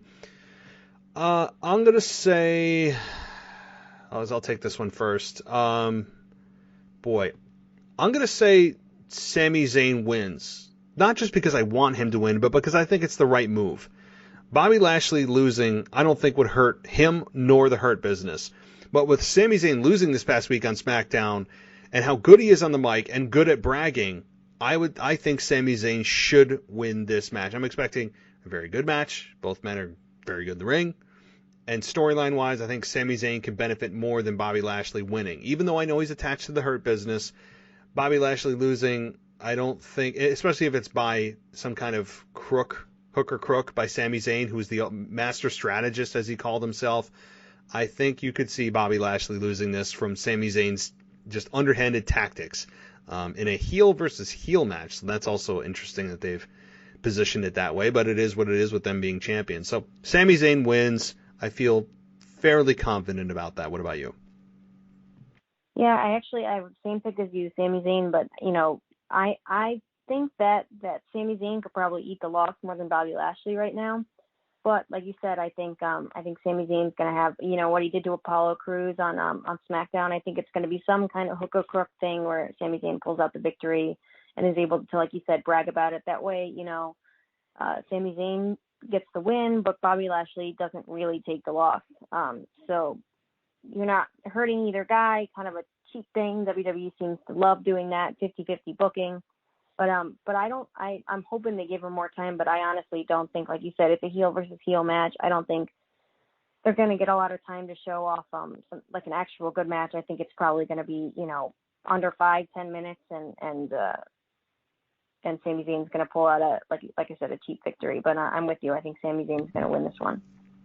Yeah, no question. And again, we all have to remember there's no championships on the line. It's nothing but just exhibition matches. I mean, this is just what this is. So that certainly adds a big factor to how I'm picking the matches, and I'm sure you as well. So, okay, another match, and this next one could certainly be the match of the night. I'm really looking forward to this again from a match-only perspective. Storyline doesn't really exist. It's all about the quality of the match, wrestling, the athleticism, which I'm always against, but in this case, it will certainly shine, and that is the New Day, Kofi Kingston and Xavier Woods, who are the Raw Tag Team Champions versus the Street Profits, who are the SmackDown Champions.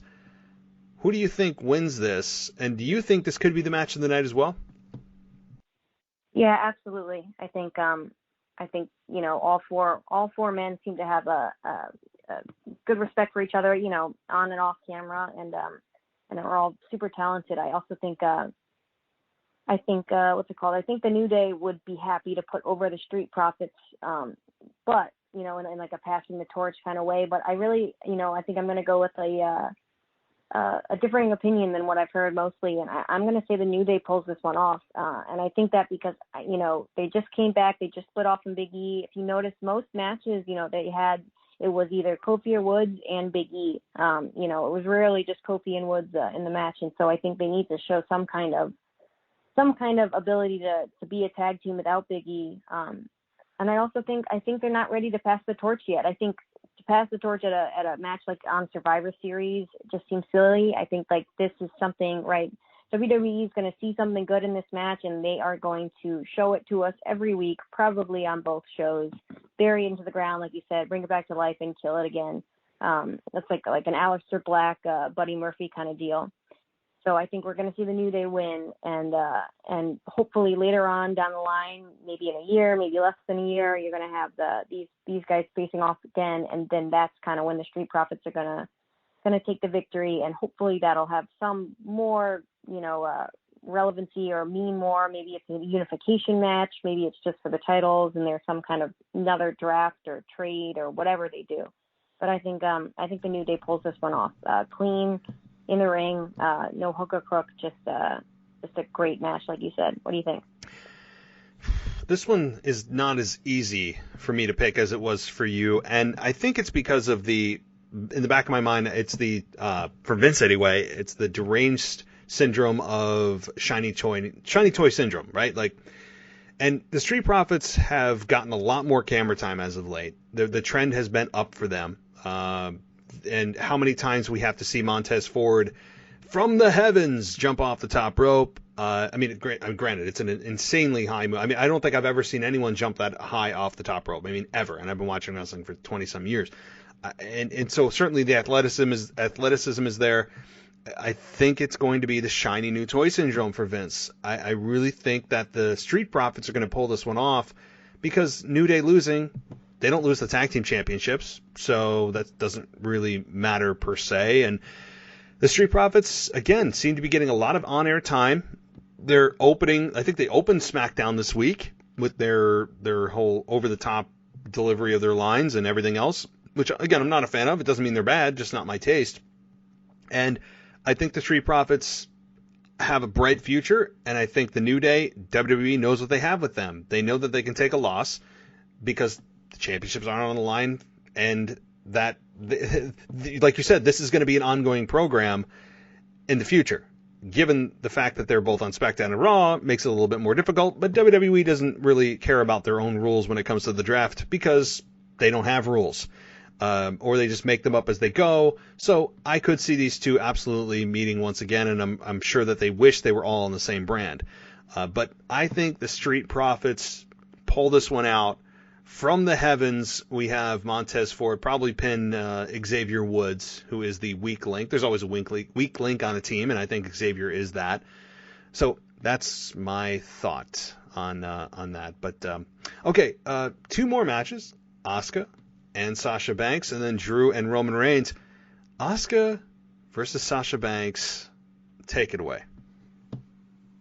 Oh, so before we get to that, I have to ask you the more important question about the New Day versus the Street Profits. You know, everybody's been talking about it. Do you think the Street Profits come out with blue solo cups?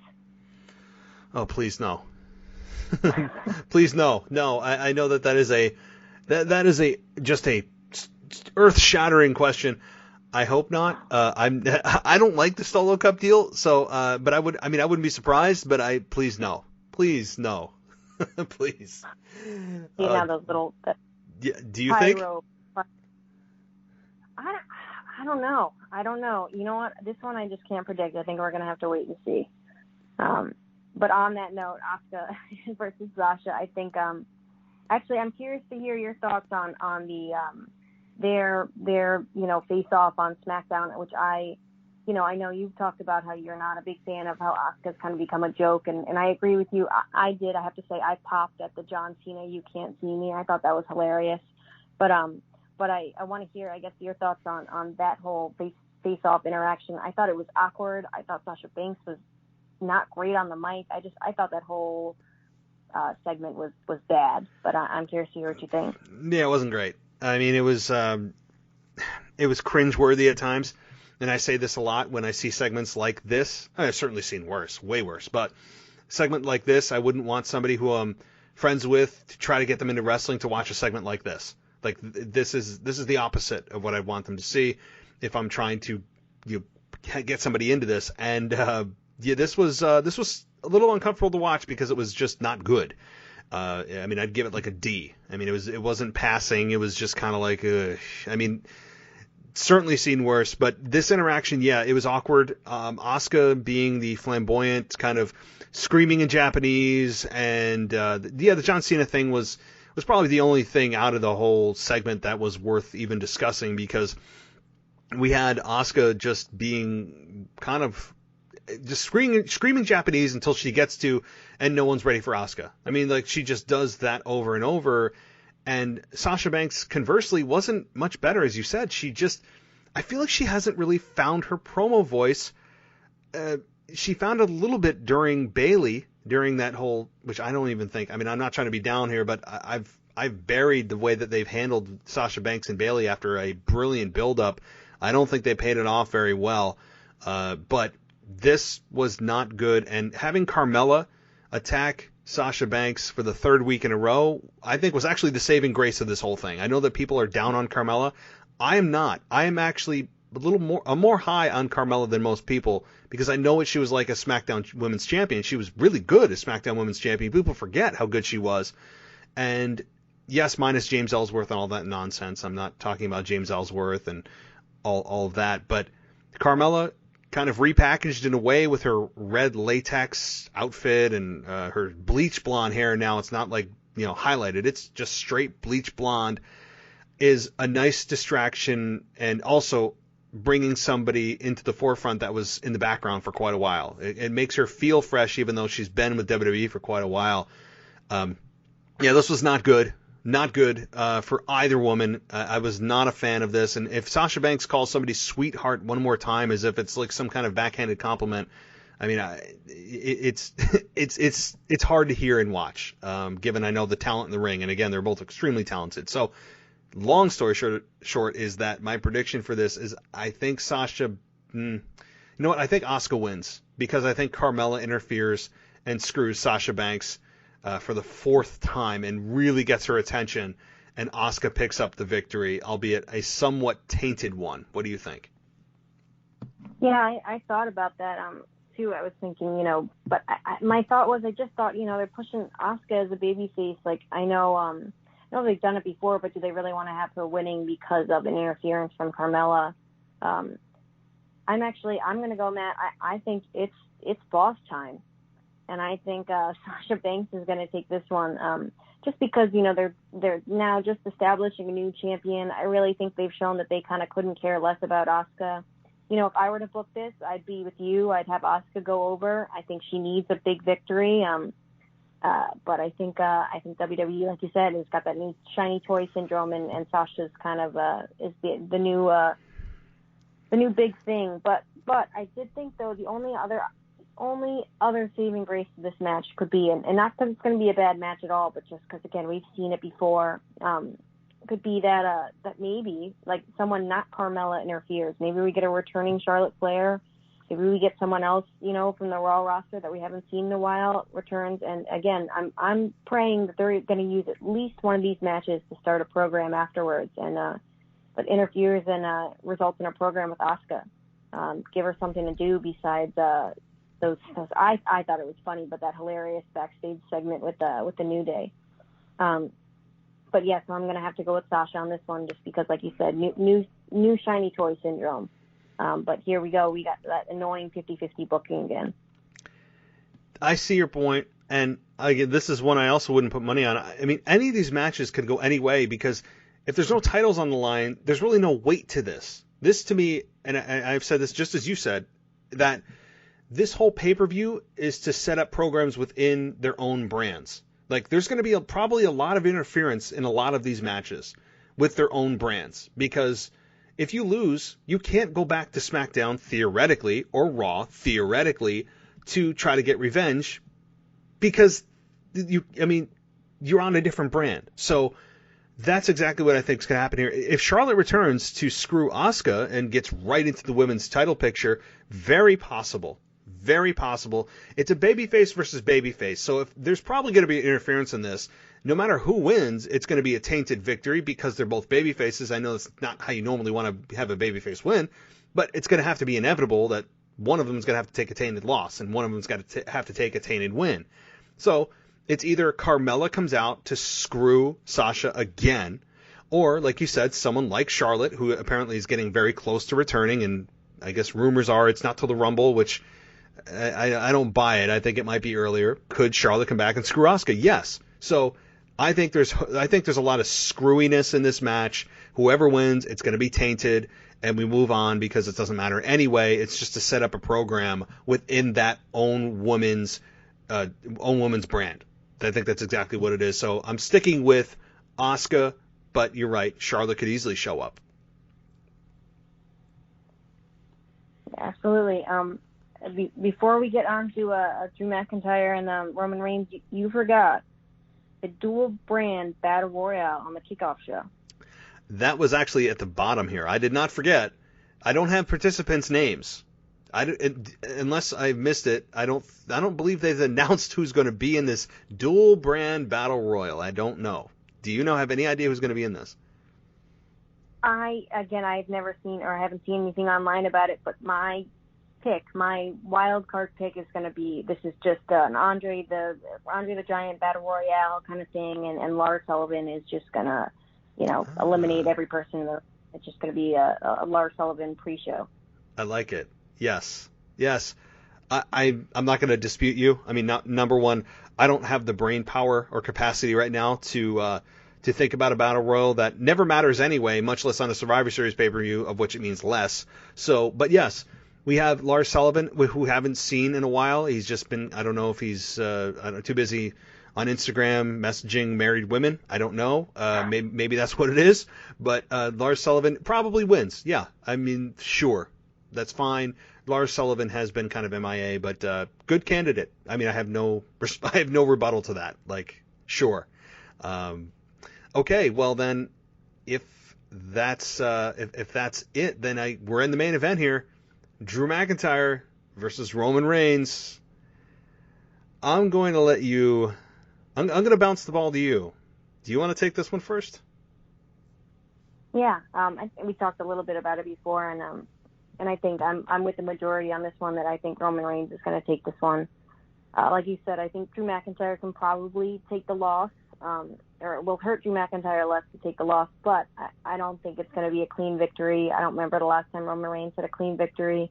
I think you're probably going to see like one of those low blow kickouts, or I don't think we get another person interfering. The only thing I can think of is Drew McIntyre. The only way Drew McIntyre is going to win this match is if Jey Uso comes out, trying to help, interferes, tries to help, and either causes a disqualification, which I really hope. I want to finish this match, whether it's hook or crook. I want, a pin or a tap out, but maybe Jey Uso comes in and either causes a disqualification or tries to help Roman, somehow gets in the way. Again, I don't have the brain power right now to give you the whole situation, but and somehow Roman Reigns Drew McIntyre either ends up hitting the Claymore and getting the 1, 2, 3, or the most deadly finisher in WWE, the small package.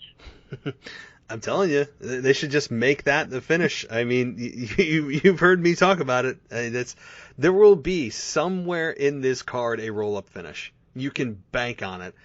No pun intended. But yeah, look, this is a match that if you've heard me and my listeners have heard, it's not all about me, but I think the general feeling for fans, which I'm trying to be a voice for not just myself, but for fans, is that this is a matchup that people want to see, but why are we seeing it right now?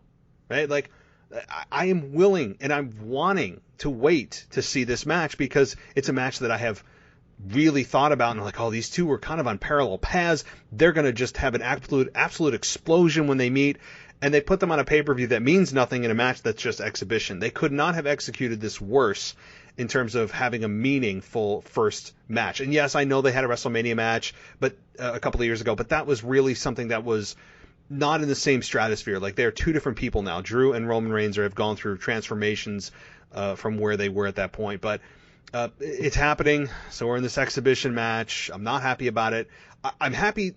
Like, I want to see this match. It's weird because I want to see it, just not right now. And I'm just more patient, I guess, than maybe some. And so it's happening. I've just kind of accepted it. And that means that, is there a screwy finish to this? I'm looking at all of these thinking there could be screwy finishes. And meaning, does someone interfere? Does someone, like you said, Jey Uso, does he cause a disqualification? Does Randy Orton, God forbid, come out and hit an RKO on both men and leave them laying? And, maybe Roman Reigns comes up first, hits a spear, and wins. I really don't want to see Drew and Orton again. I'm done with that for a while. I think most people are, and I think that's the way they kind of presented it on Raw this past Monday, that this was it for a while. Does Sheamus come down and screw Drew McIntyre for a Roman Reigns win? I think that is probably the most likely, is we have Drew McIntyre lose. And I know Sheamus has been kind of friendly backstage, but I think he's been a little too friendly with a heel and babyface being friends. The question is, does this happen at Survivor Series out of nowhere where he hits a bro kick on Drew with a referee distracted and Roman Reigns wins? Or Does he inadvertently cost Drew the match? Or is Sheamus not involved at all? But I think Roman Reigns wins ultimately, yes. It's just a matter of how. And I don't think it's going to be a clean victory over Drew McIntyre. Somebody will be pinned. I just don't think it's going to be a clean victory for Roman. I don't think that Roman should lose right now. I am of the belief that he should not lose for many months. I love heat building for heels. I am a big fan of building heat for heels, and Roman's got something special right now being a heel. And to have him lose to Drew McIntyre would blow off some of that heat for no good reason. They're not on the same brand. It's not WrestleMania. There's no reason to do this right now. So, yeah, Roman wins, but somebody's going to screw Drew McIntyre. I'll just say that. Yeah, I completely forgot about Sheamus. Yeah, I couldn't agree more. Like I said, I hope like you said, it's a pin or a submission. I don't think either one of these men are going to tap out, but I hope it's a pin fall and we're not going to get the main event ending in a disqualification. It's just been so much, again, just 50-50 booking. Nobody can beat someone else. We all have to be on the same level playing field. Even if it's got to be by hook or crook, I hope we get a 1, 2, 3. I think we will. I think, especially if it's the main event, I think fans would. So you'd have Twitter blow up. Like, people would not be happy given that. I know there's a lot of people out there who want to see this match, myself included, and you have it end in a DQ. There's times to do DQ. I have nothing against DQ. It's there for a reason. The finish exists for a reason, but not in this particular instance. So I'm totally with you. So, well, Mimi, it has been a real absolute pleasure having you on the show. I'm sure our listeners are looking forward to your solo show that you'll be doing starting in about a week with your highs and lows of the week, and that'll be right here on the WWE podcast. So I'm really looking forward to it. Did you have anything else that you wanted to touch on before we wrap things up? Yeah, again, I have one last quick question for you to get your thoughts on, and sure. Then I'll let you go. Survivor Series, like we said, there's a lot of, it's all about brand versus brand, so not a lot of, internal brand stuff going on. I know we got Daniel Bryan, Jey Uso, Roman Reigns, there's a couple things here and there, but I think, kind of a perfect time to have some call-ups from NXT and start some new, get some new faces, start some new matchups on both Raw and SmackDown. I know you're not a avid watcher of NXT from what I understand, but I'm wondering if you have any idea, or if you could have anybody come up from NXT to the main roster after Survivor Series. Does anybody come to mind? Men and women. Yeah, just because I don't watch NXT, I understand generally what's happening, right? So you're absolutely right. Like, I don't religiously watch it because I just don't have time. But if I was going to bring somebody up and they would kind of debut somebody, it's kind of an important time of year. We're ending the year and bam, it's Rumble season and we're into the WrestleMania. Unbelievably, we're only like a month and a half away from the WrestleMania season. It's crazy. But Adam Cole, I'd love to see him up on the main roster. I know Finn Balor's the NXT champion right now, but I think he's fitting in nicely. Adam Cole had a nice showing last year when they actually included NXT into the Survivor Series game. And I would bring Adam Cole. If I was going to just pick one, Adam Cole would probably be my pick. Yeah, and I know they're having their War Games thing too, and the Undisputed Era just made their return. It's funny, I was thinking Rhea Ripley. Sounds like, after Io Shirai, and I think that kind of Charlotte Flair NXT experiment was kind of a failure. It did its job, but I'd love to see Rhea Ripley bring some new matchups on the main roster. Or Ember Moon. She's almost kind of yeah, exactly. Yeah, I feel like you know what, when you bring that up, it feels as if the women's roster it feels really thin right now. I don't know why. It just feels as if they're just kind of recycling the same women in and out, and I don't know. It feels like it needs a little bit of a refresh. So if they are going to bring somebody up besides the male component, yeah, I wouldn't mind a couple of the NXT women coming up. I really wouldn't mind, like you said. It feels like they need something new happening besides, again, Natalya and Tamina. It's it does. It kind of feels like chewing the same piece of gum for a while, and it's like, okay, I'm ready to move on. So Yeah, no, that's an interesting question. One that I don't think many people are considering is the NXT factor. That is really a non-factor this year, which is very interesting, to say the least. That they included them last year, and this year NXT is just, they don't exist. So. Yeah, I was disappointed by that, but I'm sure it has something to do with the global pandemic. But I would love, like you said, I think that the women's roster seems very thin. I think, you had your 4 women, Charlotte, Becky, and Sasha and Bayley, and now Becky's gone, Charlotte's gone, Sasha and Bayley are done with their rivalry, and you didn't really, creative didn't take any time to build any other credible, women's wrestlers here. So we're kind of left, like you said, thin. So, I would love to see Toni Storm, any of these. Yes, Toni Storm. Oh, I love Toni Storm in the ring. She's amazing.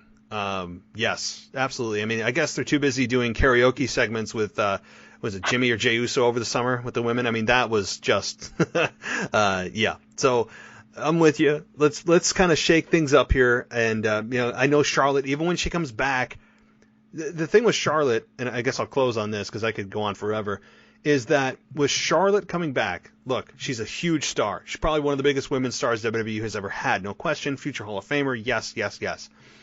But with Charlotte, I feel like she gets worn out on my TV screen real quick. Like, because they take her and they put her on so many different segments. She becomes champion wherever she is almost instantly. It just feels like when they get her back, they pound her down our throats. And that's what I'm fearful of when they bring her back. Because I remember when she left, I'm like, oh, thank God, because she was on every single show. I mean, it felt like she was on NXT, she was on Raw, she was on SmackDown, and it's kind of like, okay, I need a break from Charlotte. So her injury actually came at a pretty opportune time. Yeah, I couldn't agree more. But don't worry, Matt. I mean, there's a brand split now, so you will only see Charlotte Flair on one show. Well, thank God for that. I mean, and the best part about it is WWE actually, I mean, they adhere to everything that they do. And they explain, I mean, it's really, thank goodness that they are just, they enforce the rules to a T. So there is that. Well, thank God. So, all right. Well, I think this will wrap it up. I mean, we're crazy going on 2 hours of talking wrestling. That's what happens when wrestling fans get together. So, again, as I said earlier, it's been a pleasure. I'm really glad to have you as part of the team here and be able to talk to you and introduce all of our listeners to you. Again, you will be doing your weekly show starting this week with your ups and downs. And I'm looking forward to that personally. I'm sure listeners are as well. Did you have any shout-outs, any social media you want to share, anything like that, or no? Yeah, I'm boring. I'm probably the most boring 20-year-old out there. I'm terrible on social media. I don't have Twitter. My Facebook's there so people know I'm alive. Instagram is not interesting. So I mean, if you want to reach me, you're probably gonna go through Matt and the email. But yes, I'll be on next week to talk about this week's highs and lows. We're just gonna talk about, like I said before, what's done well, what's not done well, what's just hard to watch, and like I think I said, how maybe it could have been better, if it can be saved, all that stuff. Just divulge into WWE's good work and some of the awful stuff they're doing right now. And they always give you some of that to talk about. There's never, you always have the extremes. I mean, that's what I think is going to be great about this show, is that there's never a week that goes by that you're like, oh my God, that was terrible, or that was just awesome. I mean, they seem to give you the extremes, so that's great. All right. Well, if you are that boring, then send the message through me, guys. I mean, so trust me, we'll make it not boring. Send me the questions at realwwepodcast@gmail.com. But, Mimi, thank you so much for coming on. I know it's late. I appreciate you taking the time, certainly on a Saturday night, nonetheless, before a pay-per-view. So, I'm looking forward to this and looking forward to your show, and we'll have to have you back on. Of course. Thanks for having me. Thanks so much.